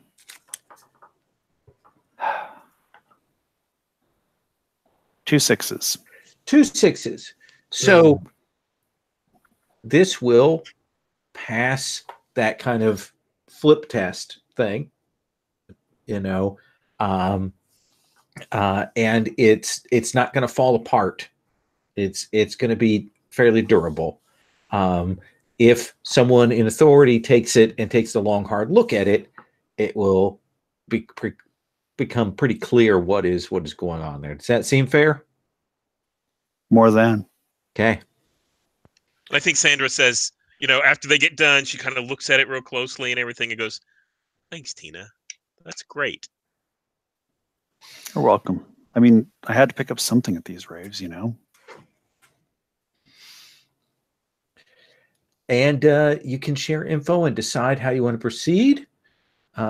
Decide at what point you need to go home and face the music. All of that kind of thing. Yeah, so Lawrence would definitely be talked about what he's sort of found in that there is no known cause for machine cancer. So, as in, like, they don't really understand what it even is. So, the fact that we found a thing that apparently quite obviously does trigger machine cancer in some cases, and that there's a bunch of people out there that don't want it to be found, or want to keep it for themselves, or I don't know. I don't know what to do from here. Maybe we could just try. I got some information that might help us figure out what to do. I went and saw Raven, and I told her a little bit about what had happened. And apparently there's a church group in town called the Waiters. And they had stopped by the shop and asked her about the local scene, and she told them about some of the DJs, including Rust and Pumpkin. And she said that when they left, they got into a white panel van like the ones we saw driving around yesterday. Whoa. And you told her about the CD? Yeah, Fuck. I did. But Raven's cool. She's not a snitch. She's not going to tell us. She's not going to narc on us. It's cool. I mean, I'm not trying to put her down or anything like that, but she works in a head shop. You think the cops are going to listen to her? She wouldn't even call the cops. She hates cops. I'm not worried about the cops. So Lawrence, you said you found some stuff on the, like, people who are looking into this, right? Like newspaper people and stuff, or TV people? Yeah, well, everyone's looking into it, but like they've found nothing. Like there's no real explanation as to what this stuff does. There are dozens of competing ideas to what it is, but no one can really verify anything. So I say we just drop this in the mail to one of them, and we're done. Okay. Right. That makes sense. One of Russ's girlfriend, she works for a magazine or a newspaper or something like that.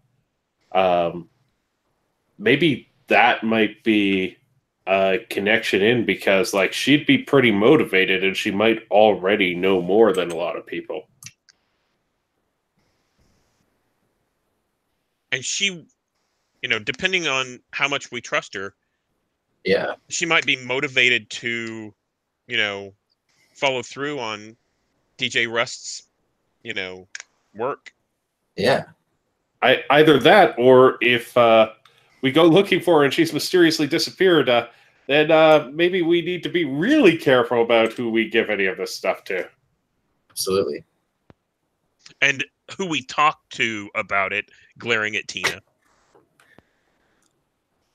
So Lowell, is of the research that I did any names or publications or anything like that stand out as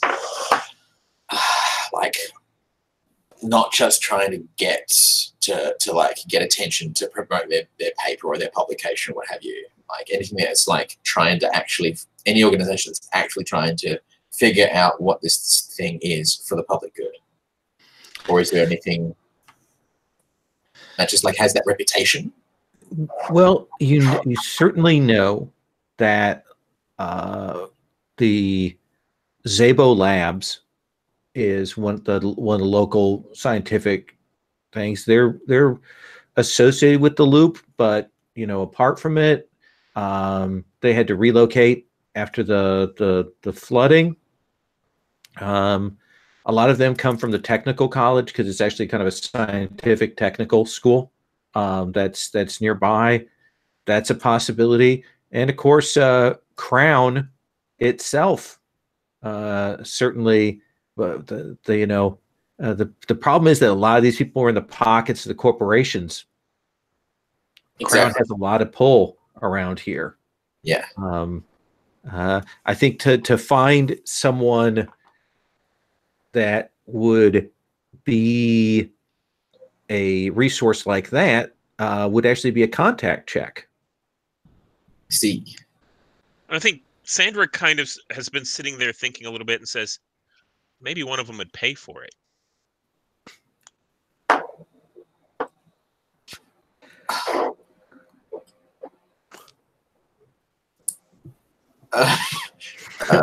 Lawrence is just like, pay for it, man. This thing could like cause havoc.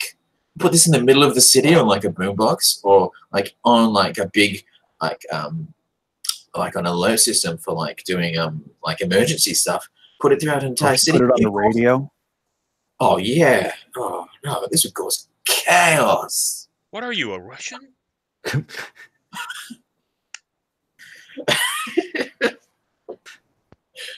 Lawrence has a point. I mean, can't just give this to anyone. This is dangerous. This is like a gun, but like a really big gun that can like shoot the entire planet.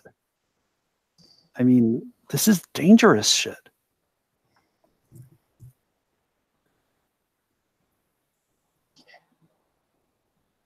Like we've stumbled into something that is like truly possibly a national disaster waiting to happen, depending on who gets their hands on this thing. Lawrence, this could just end all technology. Like, we're back to rocks and sticks and fire, and there's no lights or anything. One thing Lawrence, there won't be any raves or music if that happens. True. Damn. Yeah. Okay. The music, unthinkable. Okay. What are we doing? Acoustic guitars and drums, but I mean, you'll never listen to hip hop again. I mean, how are they going to make hip hop if they can't sample? Don't even say that. Don't even say that. It's unthinkable. Unthinkable. Okay.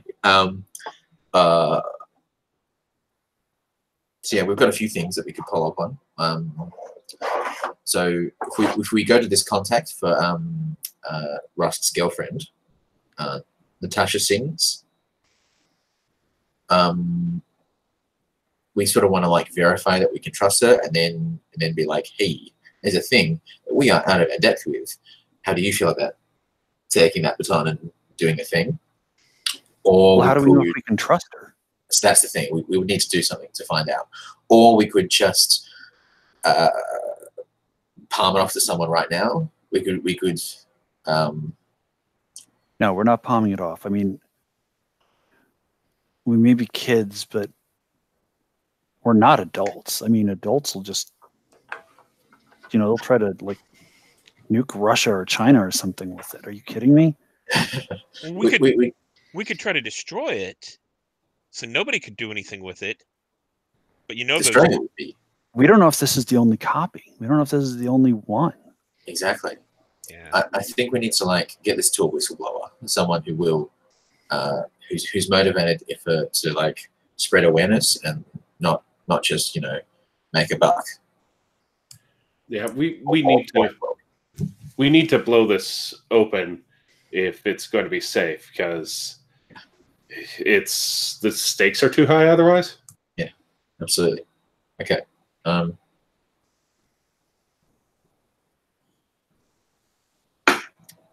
I think Lawrence is gonna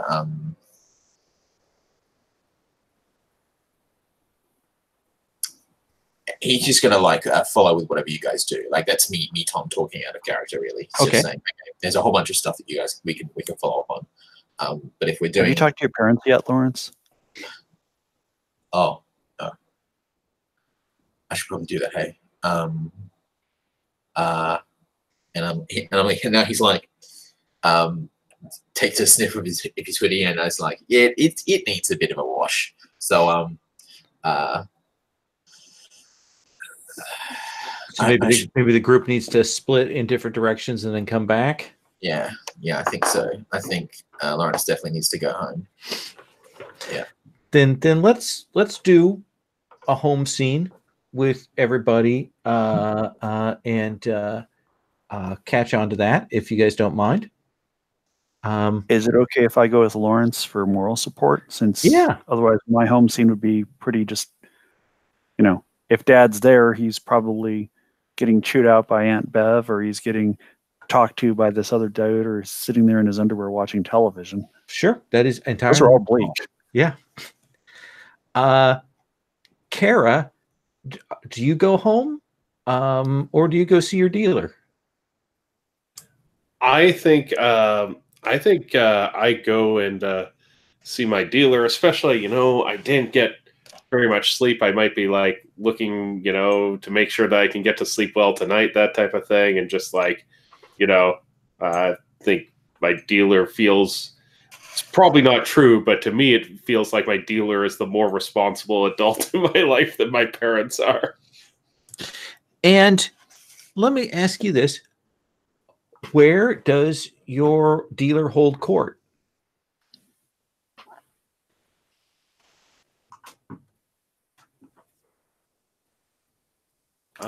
That's a good question. I think is he in the back of the game store? Is he, in a park? Is he at the 7-Eleven? I think maybe like he hangs out like at an arcade. Okay. And deals out back of their type of a thing, right? When he's not like playing video games.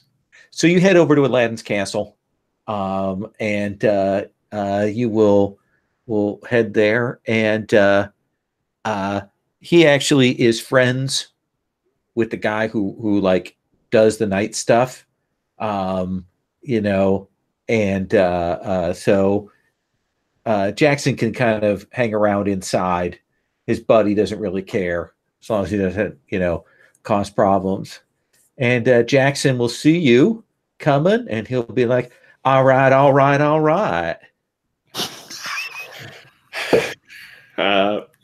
Carol just be Kara. Like, Kara, always like tries to play it like extra cool when she's interacting with him because he's like a cool adult. And so she'll like be like a little bit project maybe a little bit extra like don't care surly and just be like, totally like, hey man, what's up? Like pretending like, she's totally, chill. Not much. Paul set me up with about 99 credits on Smash TV, and I just blew through all those. What are you up to?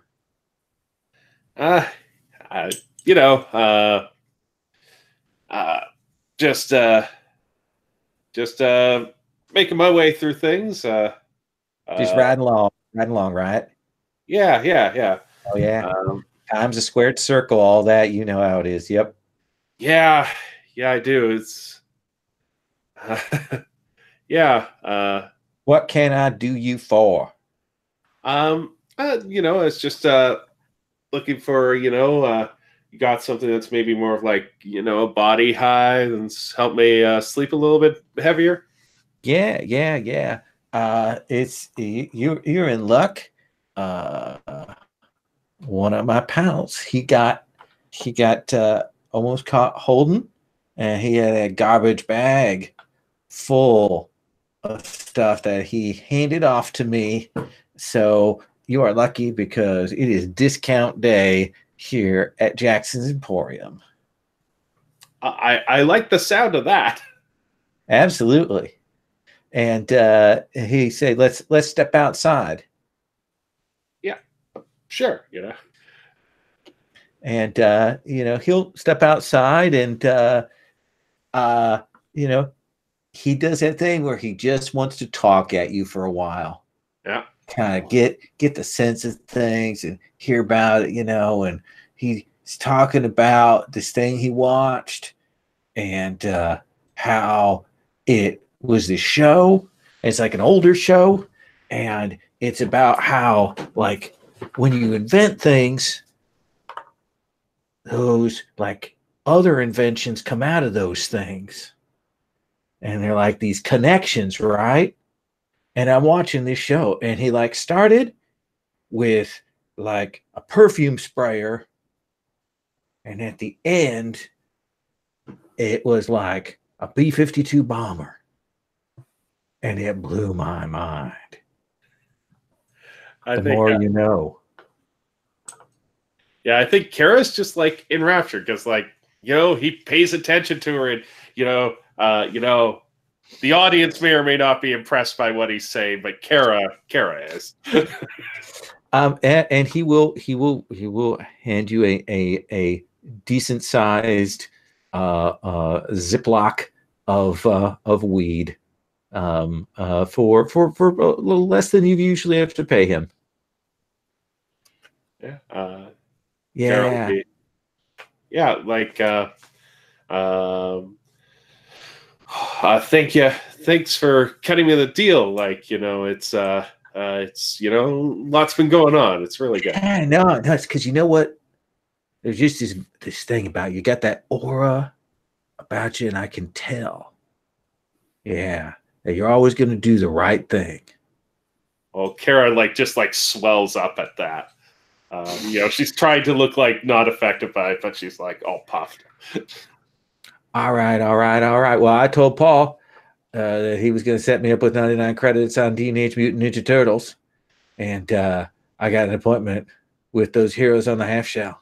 So have fun. Thanks. All right. You may clear your sleepless condition. All right.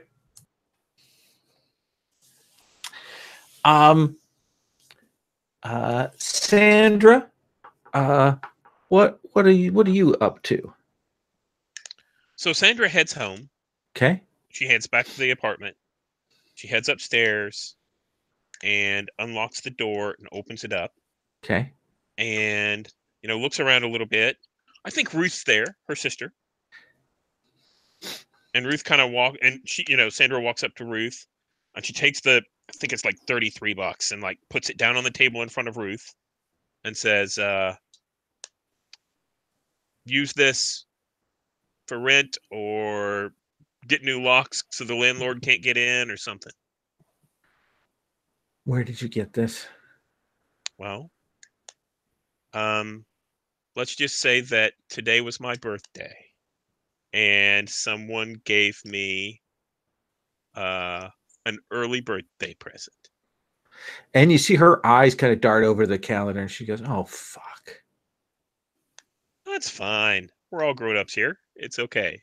I know Mom wanted to get you something, and I think she just got thrown off. Tomorrow's Saturday. I'm sure she's got something.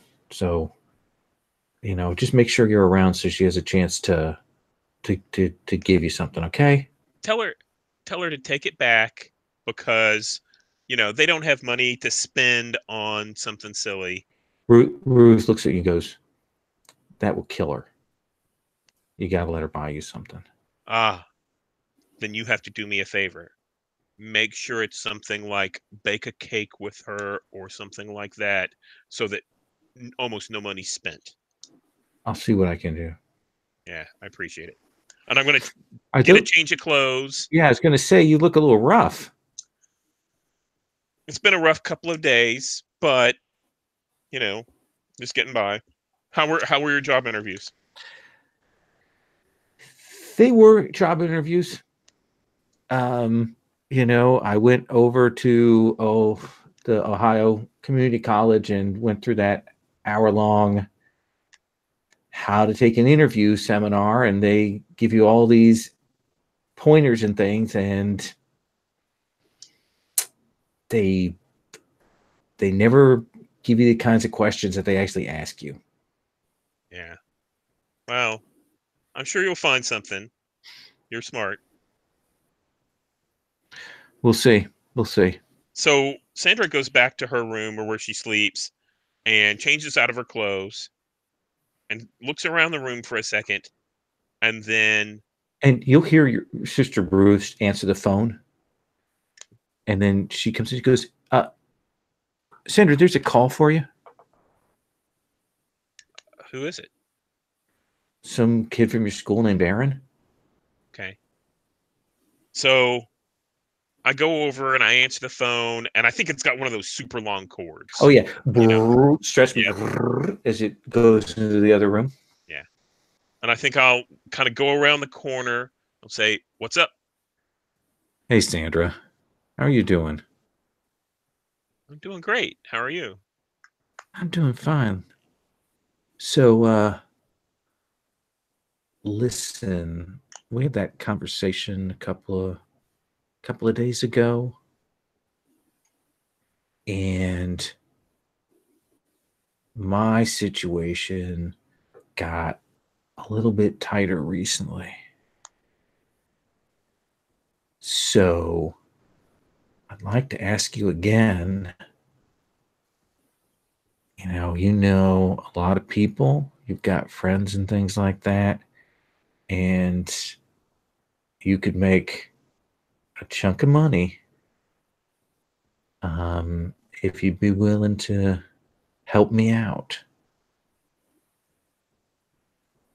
I told you I'd think about it, but I'm not sure how, Well, how look, selling does anything. I let you think about it. My needs are kind of gotten a little tighter, as I said. And look, I can give you a little money up front too. How much?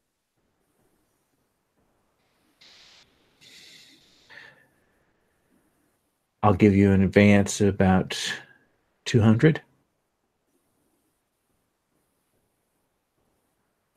Yeah. And what do I have to do for that? Well, that's an advance against your sales.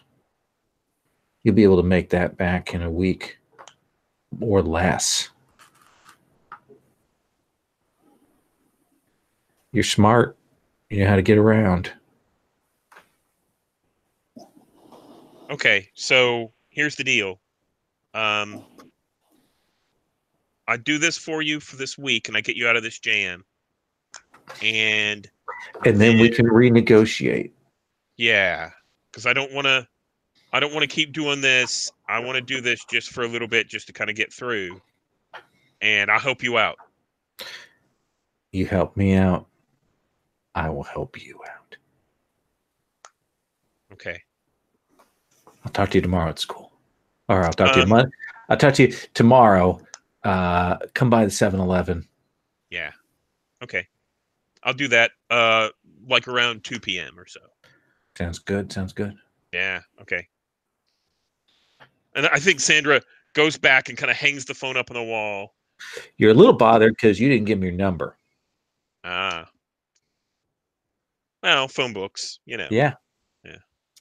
And she walks up back to her room and kind of closes the door, and shit.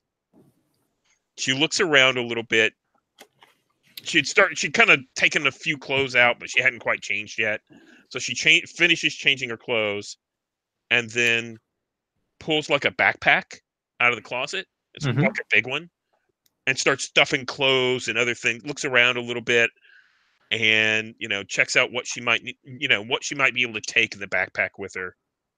Perfect. Just so she can keep stuff in case there's not a place to come back to. Okay. Yeah.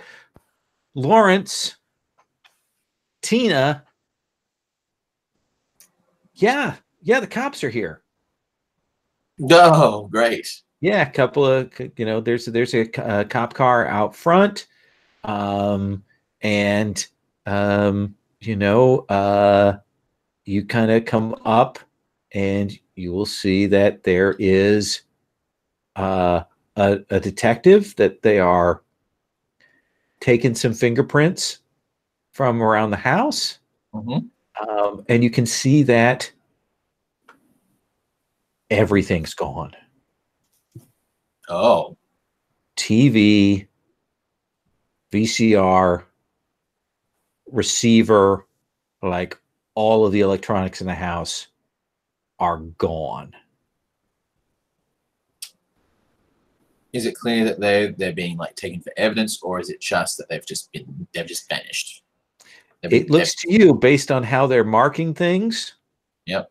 based on how they're taking the fingerprints, that somebody came in and took everything. And Right. your mom, guys, it comes over and she's like, "Where have you been? Where have you been?" Mom. I said, Dad, I wasn't going to mention anything. God damn it. Yes. Right.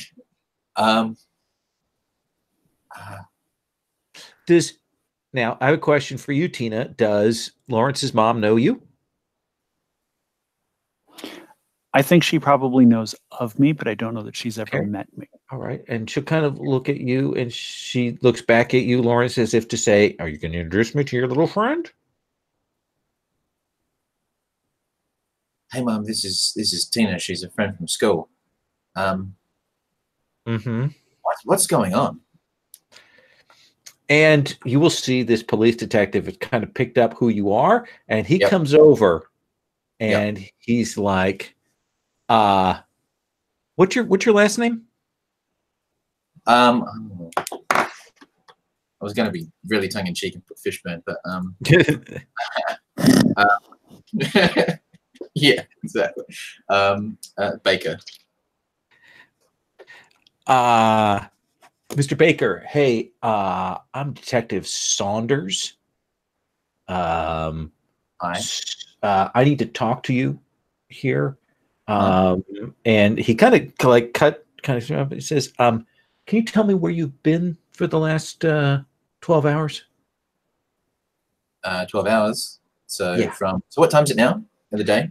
So probably about now getting about 4 o'clock, 5 o'clock. So he'll actually probably say for the last 24 hours. Yeah, I think about it. Where have you been for the last 24 hours? I've been hanging out with my friends. Hanging out with your friends, is that? And he points to you, Tina. Yeah, I was one of the people there. Yes.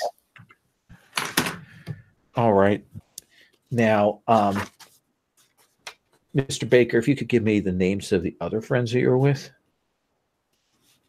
And I'll give him Cara and Sandra's names.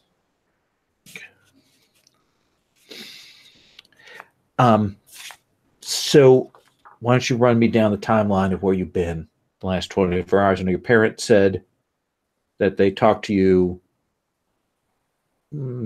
just after school yesterday, that to tell you that they were going to do inventory. Yeah, that's right. Okay. And after that, where were you? We were hanging around. Hanging around here? No, not here as such. Not here. Okay, so not here. So hanging around where? And I'll. Is it common knowledge, like with the sort of location where that our usual hangout? Yeah, like, yeah, that park that you mentioned before. Yeah. Okay. Yeah. We usually hang around there after school. Okay. And how long were you at the park? And I think Lawrence will still is just like a few hours. A few hours. Okay. And were your friends with you there the whole time? Yeah. Okay. And then after that, where did you go? I'm sorry. And he kind of points, because so it looks like someone came in and broke into the house and took all of your family's electronics. So your dad has given us the insurance numbers and things like that. So we're looking into it, but it helped for purposes of elimination for you to give me the info and things like that. Go on. After a few hours at the park then? So I would normally come back here by myself. I would just like walk or take the bus or something. And I tried to heat up the microwave dinners that Mom and Dad left for me because they were doing inventory last night. But there was an issue with the microwave; it wouldn't work for some reason. So I called. So I called Tina to see if it was okay if I came around and hang around at her place last night. And so you came home by yourself. Your friends went elsewhere? We would normally split up, yes. You normally split up. When Yes. you say normally, Yes, do you that's what mean that happened. you did split up? Yes. Okay. So you split up. Yeah. And then you called your friend Tina. And you said, I don't have any way to cook the food that my parents left for me. So. Well, and I think he's leaving out that I was hanging out with Sandra and Kara, and we came over to get him and walk with him back to my place. So, we were here yesterday for a few minutes. We helped him get his food together and things like that. And then we all went back over to my place. good. Yeah, I was going to ask about that since we had people mention that they'd seen the four of you here at the place in the afternoon. So just good. That really helps clear that up for me a little bit there.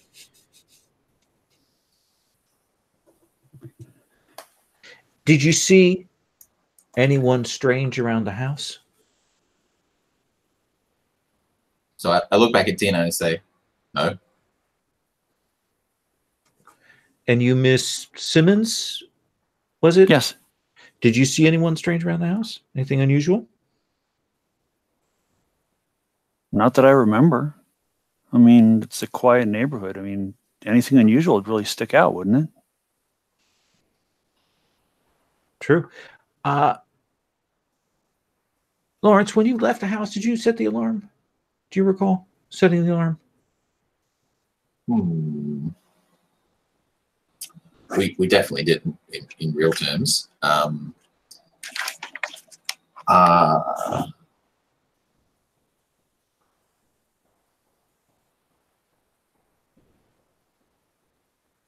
This was definitely going to be a lie to say, yeah, of course it did. Yeah, 100%. Interesting. So then somebody managed to get past the alarm and then stole the alarm box. Interesting. The alarm box? Yep. Well, I tell you what, this is probably clearly a big shock, and I'm sure your parents are going to want to talk to you about that. But we're going to need to get prints from you and Christine for purpose of elimination, and then we're going to need to talk to your other friends and get their prints, just so we can make sure we can get them cleared out, taken off the list, and then we can see if we can find the prints of whoever did this. So I'm sure you want to help us out with that, right? Sure, officer. Okay. No problem. Well, I have a tech here, so why don't you come on over and we'll get you and Christine get your prints right now. Don't you need my parents' permission to do that? Well, I mean, it's purely formality on that case. If you need to, if you want to, we can call your parents right now and check in with them, or you can volunteer. It's up to you. I think that's something my dad would want to know about. So, you can call him. Okay. What's your father's name? It's Jerry. Jerry Simmons. Your father's Jerry Simmons. Yeah. He says with a strongly knowing voice. Yeah. Interesting. Well, I know Jerry, so I'll give him a call. And Lawrence, why don't you go ahead and get your prints done right now, and I'll give old Jerry a call. Okay. And he will go off to clearly call your dad, Tina.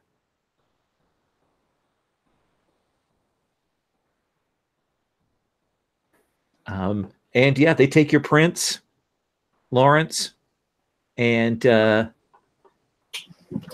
after a few minutes, Christine, Detective Saunders comes back and says, your dad says that it's entirely up to you whether you want to give the prints.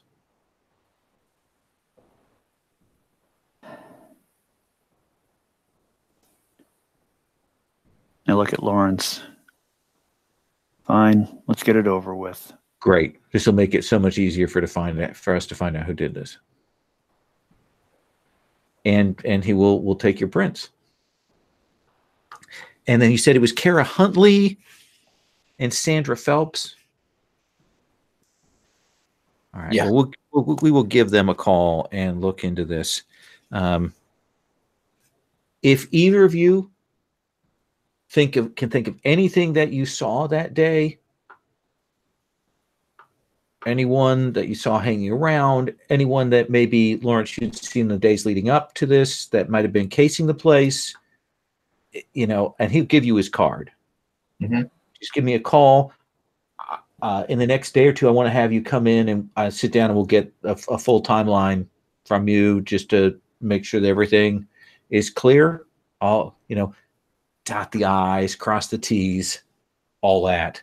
And, we'll get this all squared away. Hopefully we can find these hoodlums and get all this stuff back. But you're actually pretty lucky because your dad had decent insurance for this kind of thing.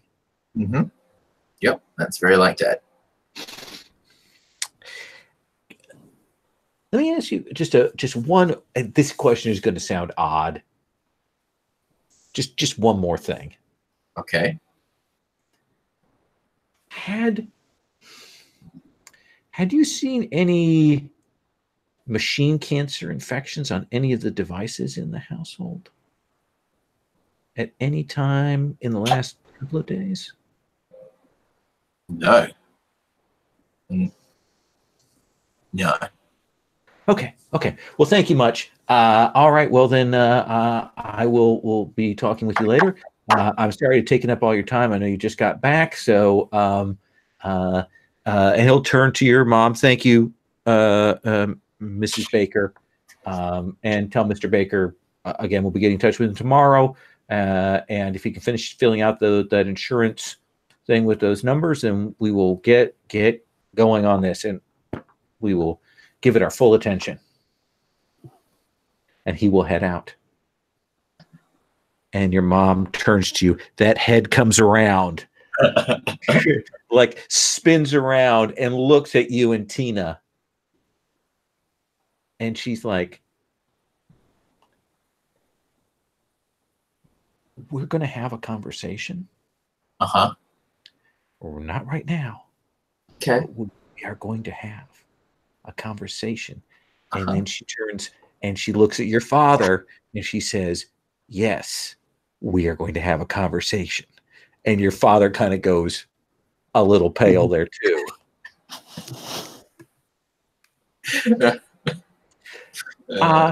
So we really can't fix anything, but maybe I could give you and Tina some money, and you could go and get us a couple of pizzas.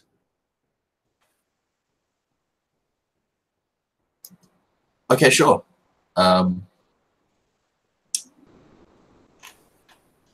Yeah, no worries. We can do that. Is that okay with you, Christina? It's Christine, but sure. I'm sorry. Like we can. Oh, that's okay. That's okay. We're just meeting. I'm terrible with names. Mrs. Lawrence, mom. She'll laugh, and she goes, "Yeah, well, and she gives you a 20, and says, why don't you go in and get us some pizza, and we'll settle in." She's clearly shaken. Her house has been violated. Her stuff has been taken. And it gives you and Christina a chance to talk. Right. Cool. So we'll wander off to the pizza place, I guess. And is it a chain? Is it a local place? it's probably a local place. Yeah. So you walk down to Bruno's Pizza. Mm-hmm. When we're out of, I'm looking around to figure out when we're like, sufficient distance away from the house, and hiss. You idiot. You were going to say none of us were there and our prints are all over the place. They would have pegged us as suspects. I mean, and can you imagine how much Sandra's going to shit when she hears that the cops want her fingerprints? What the hell? Yeah, well, that's up to her. That's for her to deal with. Like, we didn't have any way to not say anything there, and she's our friend. I'm not good under pressure. I'm sorry. I know. I've realized this. I have watched it in action. Yeah. I mean, for somebody so smart, God, you can be dumb. It's kind of the point, man. And you know the cops can lie to you, right? This isn't necessarily for clearing us. This is to see if our fingerprints pop up on any of the stuff if they recover it. And if they do recover it, our prints are going to be on it. We touched it. Sure. Do you really think they're going to recover it, though? We have to think about that now, don't we? I mean, what if they get the machine cancer stuff back, and our prints are on it? Sure. You seem remarkably unconcerned about this. Is it not hitting you what we are into now? We're talking about, look, okay, weird people driving around in vans, snatching people off the street is one thing. This is the police. Come on, you've listened to Boogie Down Productions. You know how it goes. You're into hip hop. You just trusted the cops. It's very true. It's very true. It's bad. But I think it shows. Now you're understanding it. Yeah. So Lawrence isn't really saying anything. He's just like taking the beating that you're giving him, basically. And that's a little of Lawrence's kind of MO. You talked about him kind of being non-reactive to things. Yeah, 100%. Yeah, 100%. He's just responding. You can sort of tell it was the same with the police talking to him. He was just answering the questions that got popped up. That's all it was. There wasn't any real obviously we need to sort of hide some information, but the actual process of doing that wasn't. Yeah. And you'd really better hope that none of the neighbors saw us dragging that stuff out onto the front lawn yesterday, or dragging it out back. I mean, we were outside for a long time with that stuff. And it's not like it was after dark. So wasn't it? Okay.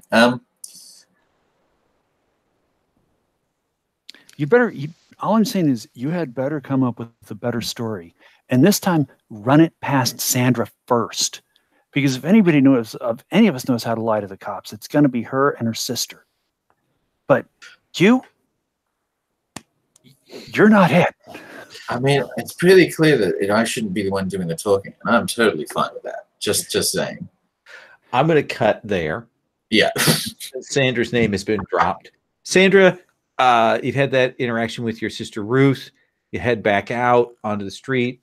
What do you do that evening? Yeah, so I head back to the covert. Okay. Where we were. And I, make sure no one's around. Make sure we're kind of alone. I go down. Maybe it looks like I'm going to take a smoke, but as soon as I get out of eyesight, I duck inside and I go grab the CD. Okay. Yeah. So I'm going to slip that into my backpack, go out the other end of the culvert. You go into the culvert. Uh-huh. Dark, a little wet into there. You will go and you'll reach up and you'll get that disc out of there. And as you turn around, it's getting kind of dark, so it's hard to make out a little bit with some of the shadows and things like that. But for a second, you thought you saw a cat at the mouth of the culvert. And you know how cats' eyes kind of can catch the light weirdly? But you've never seen it kind of catch weirdly and be quite that red. And you blink and the cat's gone. And I think as soon as I see this, I kind of, I start as I see the cat, and I think I drop the CD. Bloop. Yep. And I reach down, and the cat's gone, and I'm kind of keeping an eye out. And I grab the CD, and I kind of wipe it off on my pants, dry it off a little bit, shove it in the backpack, and I head out the end of the culvert away from the cat. Okay. And I think I'm going to go a couple of blocks down where, like, I go to the... I go to the arcade. Okay. Yeah. All right. You take the long hike over to Aladdin's castle. Yeah. It's evening. There's some kids out front smoking. And you hear the sound kind of pouring out of this place. There's this smell because there's this candy place next door that sells like caramel corn and stuff, and it's like super saccharine sweet around here. But yeah, it's a good place to hang out. So I go in the back where like the old games are, like Donkey Kong or something like that, because everybody's playing new stuff. And I set my backpack down and fumble out, look for some change, and then just pretend like I'm playing the video game. Okay. But I pull the CD out, I drop it on the ground, and then I just quietly kick it under the Donkey Kong machine. Okay. Ting. Yeah, it'll go under there. Yeah. I don't think in this place anyone's going to see you do that kind of drop. I'm going to play around for a little bit, and I think we see on camera, like the bead of sweat kind of come down. She kind of takes a deep breath, and then she picks up the backpack, and she heads out to find the rest of them. Okay. Kara. After you've bought from your dealer, you head home? Yeah, I think so. And let me see here. You will get home, and your parents are there, and they actually look a little excited.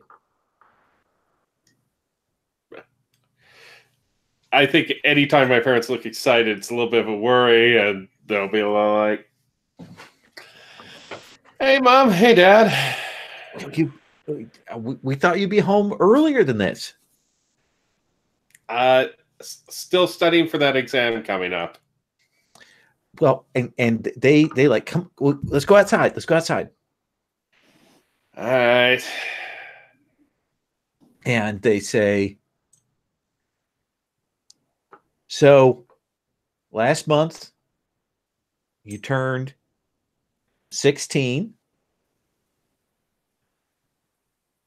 and we got you some stuff, but today we have your present. What?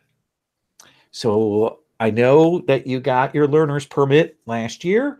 You did the basics. I know you haven't finished out the tests or gone in to take the full exam, and they turn, and there is a Dodge Aries K car from like 1983 in the most brown of browns.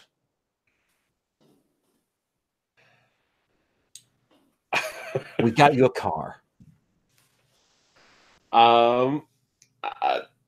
And they hold out the keys to you. I'll kind of take them a little bit hesitantly and sort of be like, how do you, I didn't realize you guys could afford a... a friend of your dad's. We did some horse trading. They had this had a friend, and the park service, things like that. Just don't worry about it, okay? And they Don't kind worry of about it. Okay. Wow. Thanks. and they clearly want you to get in and get behind the wheel just to see what you think. Yeah, well, I will. I'm like, There is what? quite the smell in this car Yeah, I can imagine.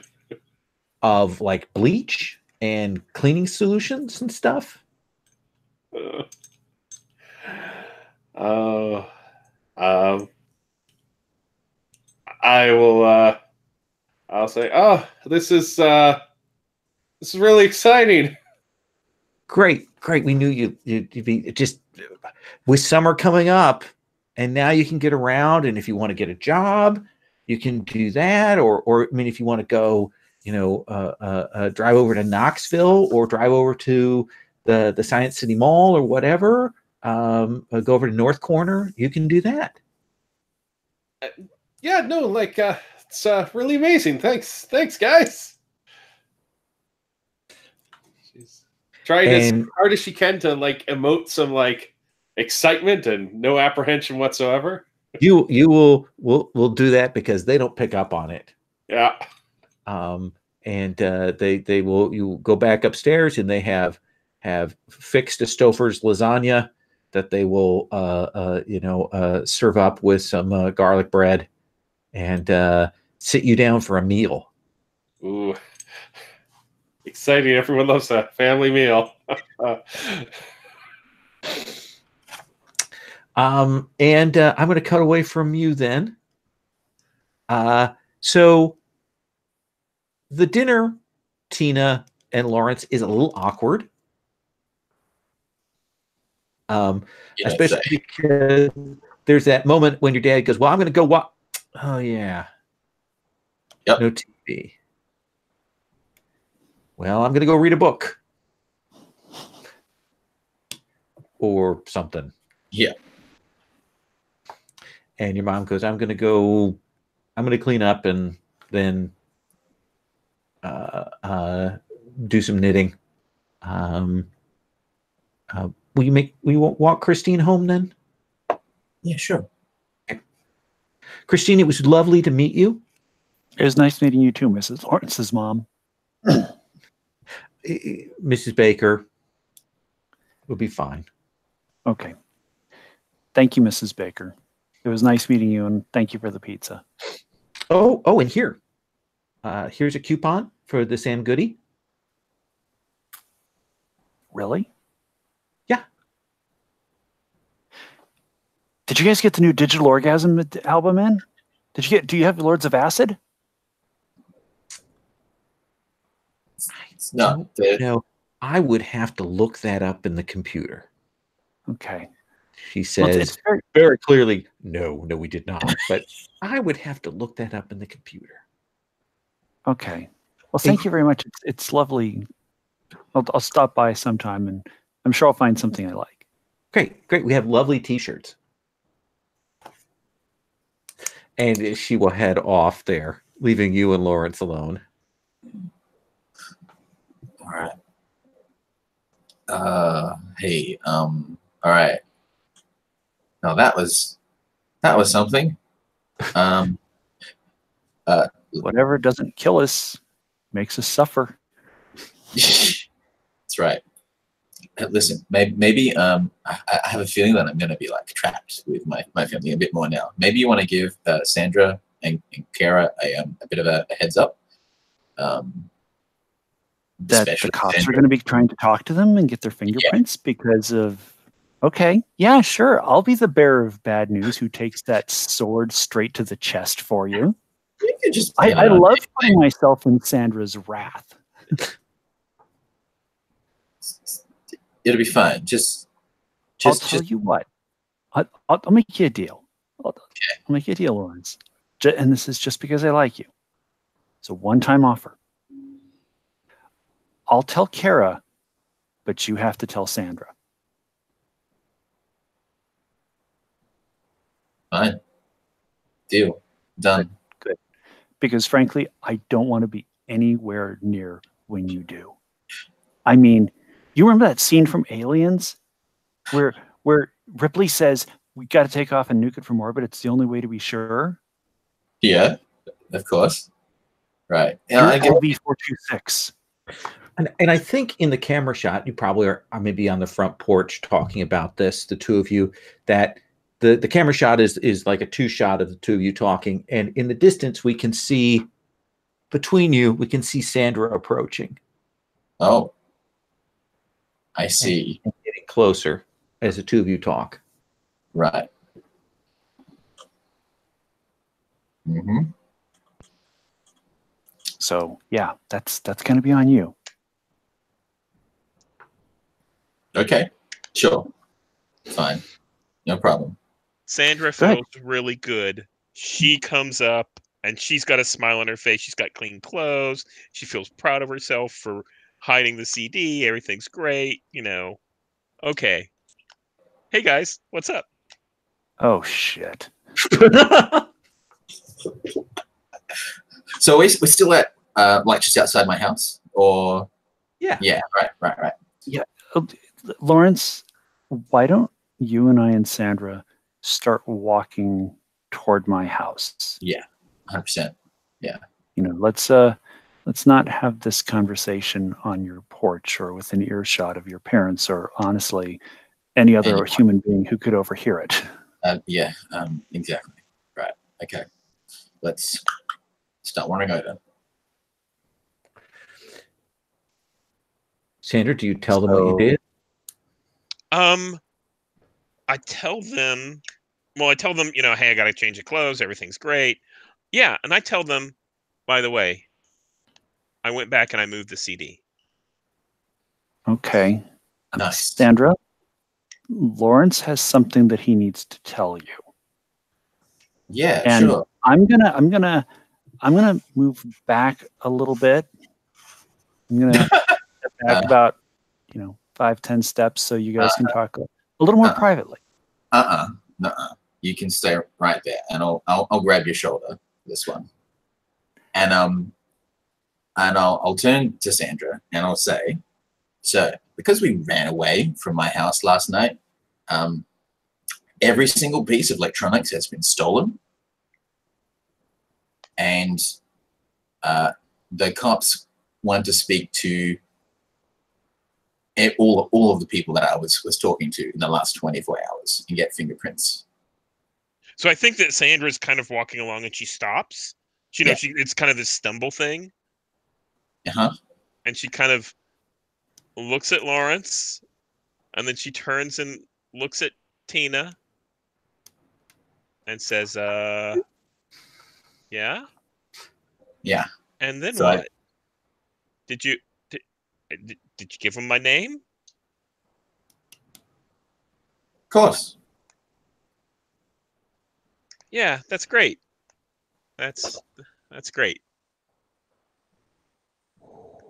I mean, it's not hard to figure out who I spend time with. Like, it would literally be a matter of 2 hours talking to anyone at school. Sandra, look, this is the best case scenario that came out of what he was saying. Because until I said that I was with him, he was saying no one was with him, which meant if any of the stuff ever got recovered, we all would have been suspects because our prints would be on the stuff that had been stolen.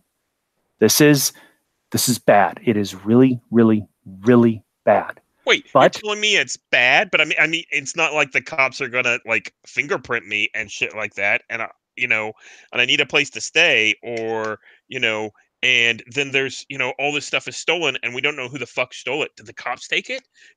Was it the people in the Sandra, vans? The cops actually do want your prints. Of course they do. But Of course they want my prints. This is the best case scenario that came out of what Lawrence was saying. Otherwise, you, me, Kara, we would have been suspects.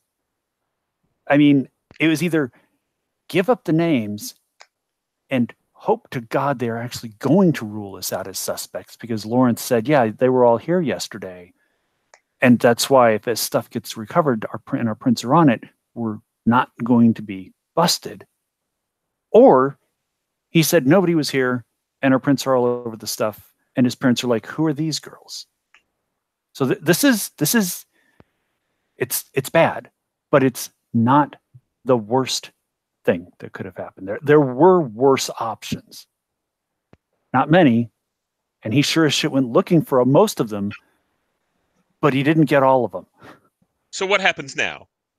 I show up at the cops, they fingerprint me and arrest me? Or they now have my fingerprints and they arrest me in a day or a week?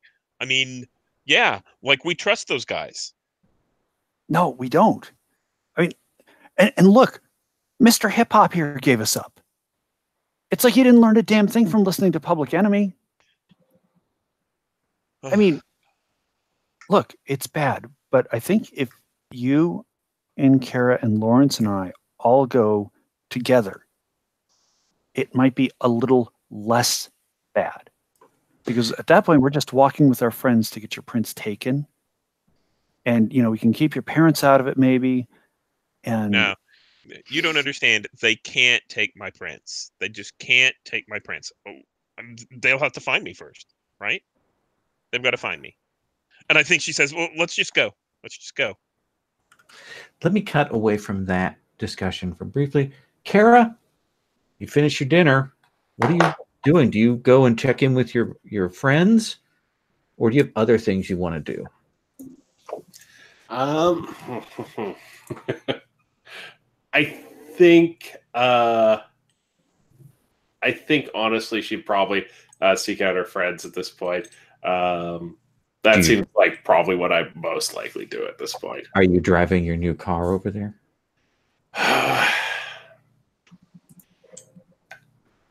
Yeah, because it seems useful, but like I think probably before she goes down, like she's into witchy stuff and things like that, so it's probably going to get like a huge like bundle of like herbs and scented stuff and stuff like that, and tie it up in like a big bundle and hang it from the mirror there.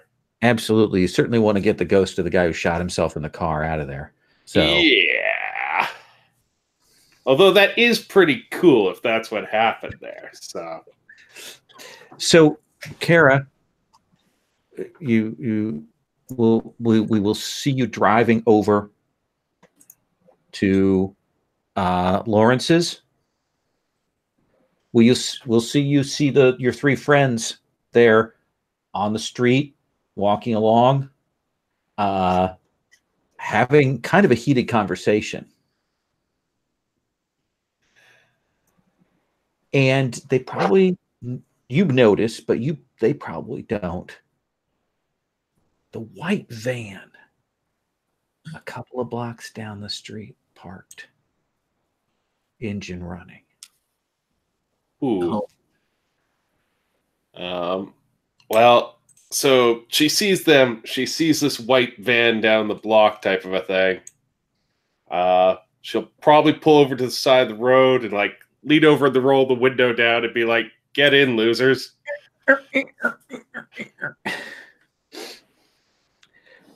This truly brown car pulls up across the street, and there's the sound of a violently opposed to opening window opening, and you'll see Kara lean out and shout at you.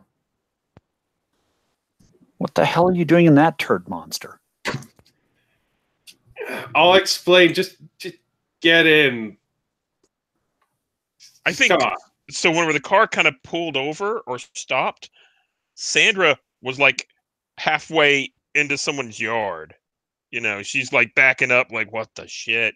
A little bit paranoid, and then sees, you know, it's Kara, and kind of comes back and says, "Yeah, let's get in the car." and you guys can roll into the car. And again, there's the smell of wolfsbane and herbs and bleach. And Sandra rolls down that window, cranks it down. Carol will be like, my parents got a deal on a car. I'm not sure exactly what the deal. Hospital room? What? Did they know it smells like a hippie's hospital room? Well, I don't really know what the deal with the car is, but I'm thinking maybe I'll bring a Ouija board down into it sometime and find out like exactly what the deal with it is.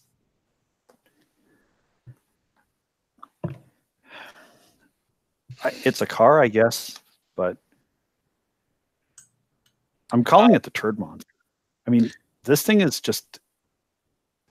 Have you seen it? Have you actually looked at this car, Kara? Unfortunately, yes. But speaking of looking at cars, can I, as we're pulling away, I'll look at like the rear view mirror or whatever. Can I? Is that are you going to go continue down and drive past the white van, or are you going to try to Yui?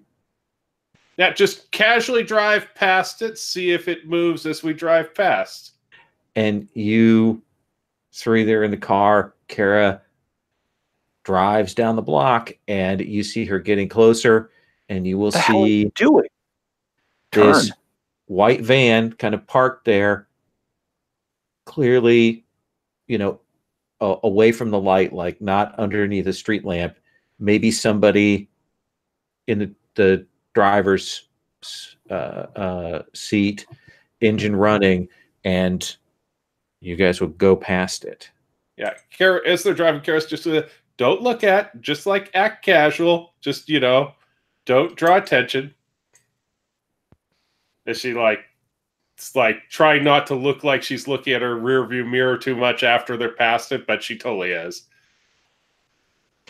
And you'll see the brake lights come on the van as it starts to back up. And that's where we're going to stop for tonight. Very nice. Very good. Fair enough. Let's do XP. Weren't we supposed to do advances at the start of this session? Yeah, you can spend 5 XP to buy a skill up by 1. And you can have up to 10 XP held at a time. After that, you need to spend it. Can we spend it when we need it? You can spend it whenever you need it. Okay. So it's entirely up to you. Let's walk through that. All right. So I've got 5 XP questions. I'm going to ask them, and then I'll come around and check in with everybody about whether you think you did it or not. So the first one is everyone will get 1 XP for participating in a session. Number 2, have you been in trouble because of your problems or your relationships? Tina? I think so. I got fingerprinted by the cops. Definitely. I'll give you that. What about you, Sandra? I think so. I think, agreeing to do illegal stuff with Aaron and then having to go down and see the cops and get fingerprinted before I start my new life of crime. Yeah, I think that might be an issue. Okay. Kara? I don't think she knows about the trouble she's in yet. She obviously is, but yeah, I'll give you the point for that. Okay. And Lawrence? Definitely. Oh yeah. Yeah. More than all of us, I think. Maybe more than all of us combined. Lawrence is in a world of pain. Internal emotion. A world of pain, Larry. Hang on a second. Let me grab I realized I had the Tales book open, but the Things has a slightly different thing. Let's pull that open.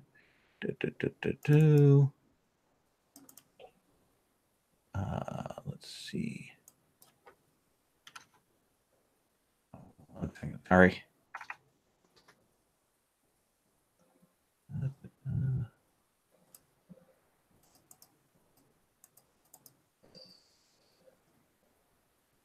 Okay. So the third one is, were you broken and forced to take a scar? I don't think anybody was. So, did you put yourself in harm's way to work towards the resolution of this mystery? Christina? Certainly emotional harm. Yeah, I'll give you that. That seems reasonable to me. Sandra? It depends on whether or not anything comes of me seeing the cat and, you know, moving the CD and all that kind of stuff. Oh yeah, why don't you mark XP for that? Okay. What about you, Kara? This session, I can't really think of anything Kara did that put herself in harm's way. Okay.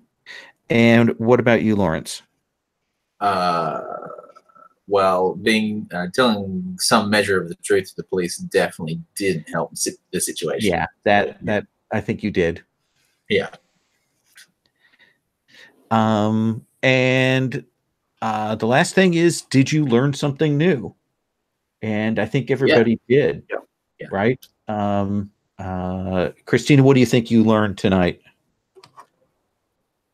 Never to let Lawrence lie to the cops, among other things. Okay. And Sandra, what did you learn?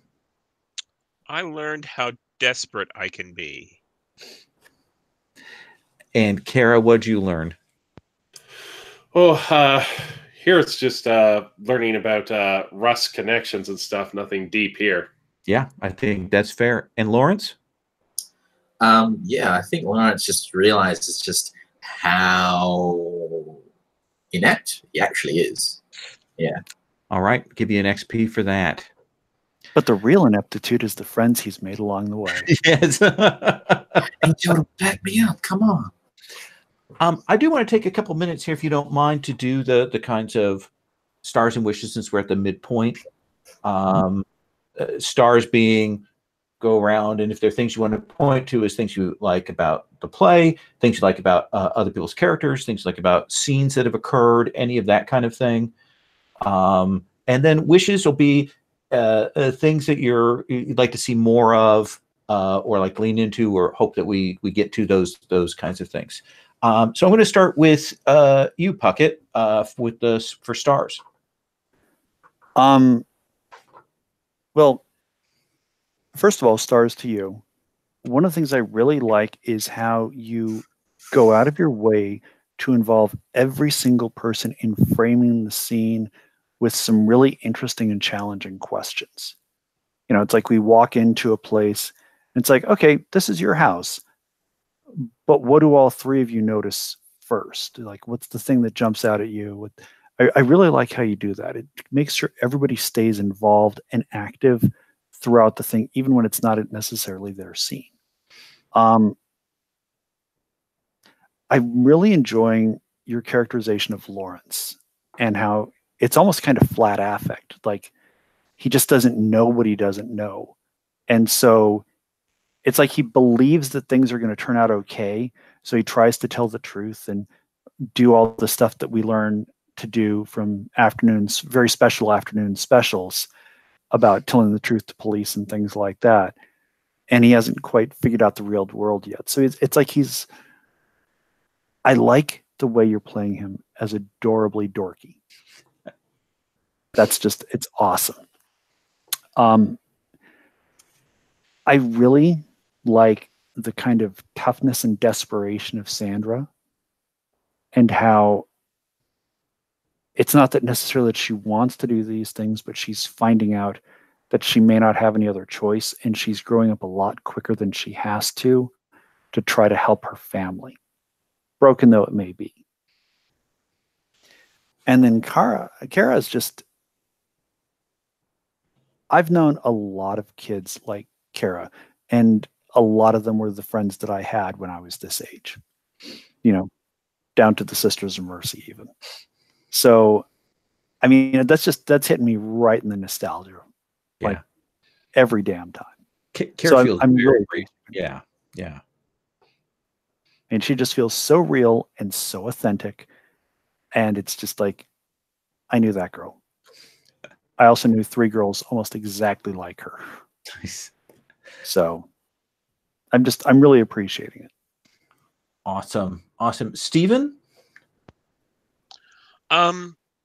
So this is going to sound like a repeat. I really like the characters and how they're drawn together and how they're all kind of connected. I feel like, we're a disparate group of kids, but we have, reasons to be together and reasons that we're sticking together because we kind of have to. And, the game also makes it feel very much like a teenager kind of situation. It's not quite the drama of a Monster Hearts, but it is, there's some tenseness there, and all the characters really, speak out, and the NPCs. So basically, just like Puckett said, all of these people are people that I've known or I've seen or I can relate to, and the same thing, of your weed dealer or your cop or the mom. It all just kind of fit really well. Yeah. Wade? People covered a lot of what I was going to say already. One of the things I really like is the sort of flipping back and forth between that mystery side of it and the mundane stuff. And the mundane stuff really feels as important as the mystery stuff. Whereas I think in this genre it can feel like a distraction or an obstacle. Whereas I care about sort of what happens on that level with everyone every bit as much as a mystery, and that's like hitting this genre right on. And I really like seeing that all play out. Awesome. Tom? I think, a lot of really good things that I agree with have already been said. But I will probably just say that I really think that this has been very interesting because after last session, I sort of thought maybe I'm a little too young to really sort of get the nostalgia hit for this game. So I was born in '87. So, yeah, sorry, yeah. So a lot of the stuff, like, I remember a lot of it, but I was 5. Like, it all just sort of feels like a really distant memory for me. But this is really feeling like that's not true. Like I am getting that sort of feeling, that sort of sense of nostalgia, I guess, from our play so far. And I really like that the way things are panning out is more. It's not like there's so little that seems to be present in the text of the game itself. It's much more about like the play that we've got going on here, the game itself. So that's big pluses. Everyone's doing great work. And then let's see if anybody has wishes that you want to mention things. There is one thing that everybody has a drive, and I'm not sure that I'm necessarily haven't given you the opportunity to play into those things. We've got a lot of other things to deal with, relationships and ties and things like that. But I need to keep in mind that we've also got those as a reason for why you're investigating these things, and that's something that I've kind of left off so far. So that's something in the session 3 and 4 I want to make sure that I try and do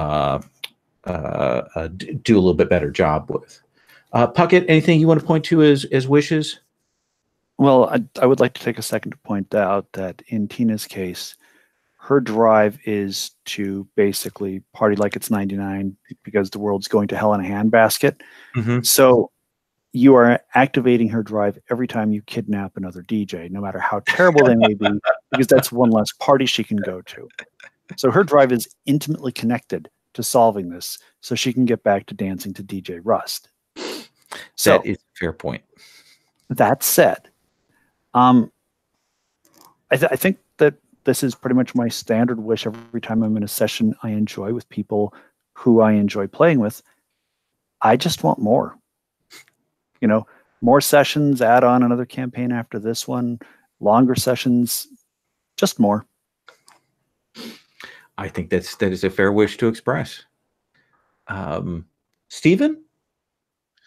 So the only thing I have to say is really, I noticed throughout the session, as we were playing, I was, kind of looking for more action. And I was like, oh, I want to see more stuff. And then I realized the reason I was doing that is because of the tension involved and the way things are getting set up, you know, and that's exactly this genre. And I'm like, oh yeah, okay, so I need to. It'll come. It'll be fine. It's just that the feeling evoked from this game and from the rest of the players are all very much, oh yeah, shit's gonna hit the fan and really bad stuff's gonna happen. And but now we're gonna take a break and we're gonna go, you know, visit the weed dealer and everything's fine. And I'm like, oh shit, that makes me tense. Yeah. Awesome.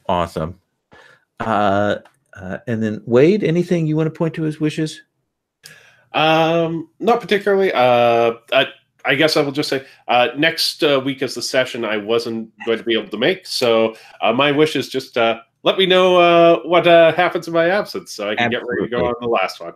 Absolutely. I had forgotten. Thank you for reminding me about that. I appreciate that.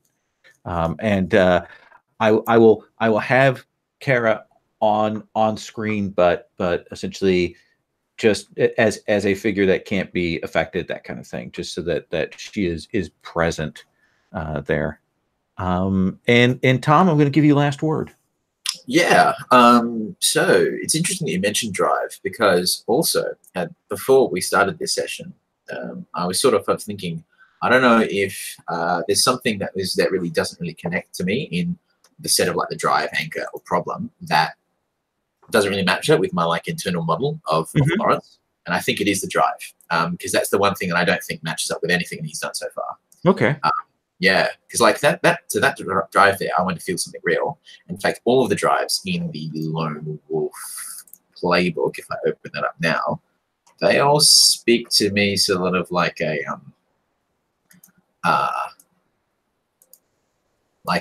an experiential seeking sort of mindset, which is like the opposite of Lewis. Lewis has a bubble and he wants to stay in it.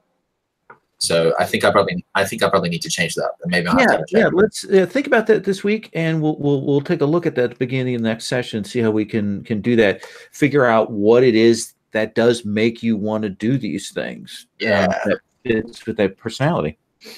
Yeah, that's a really good observation. And one other thing, I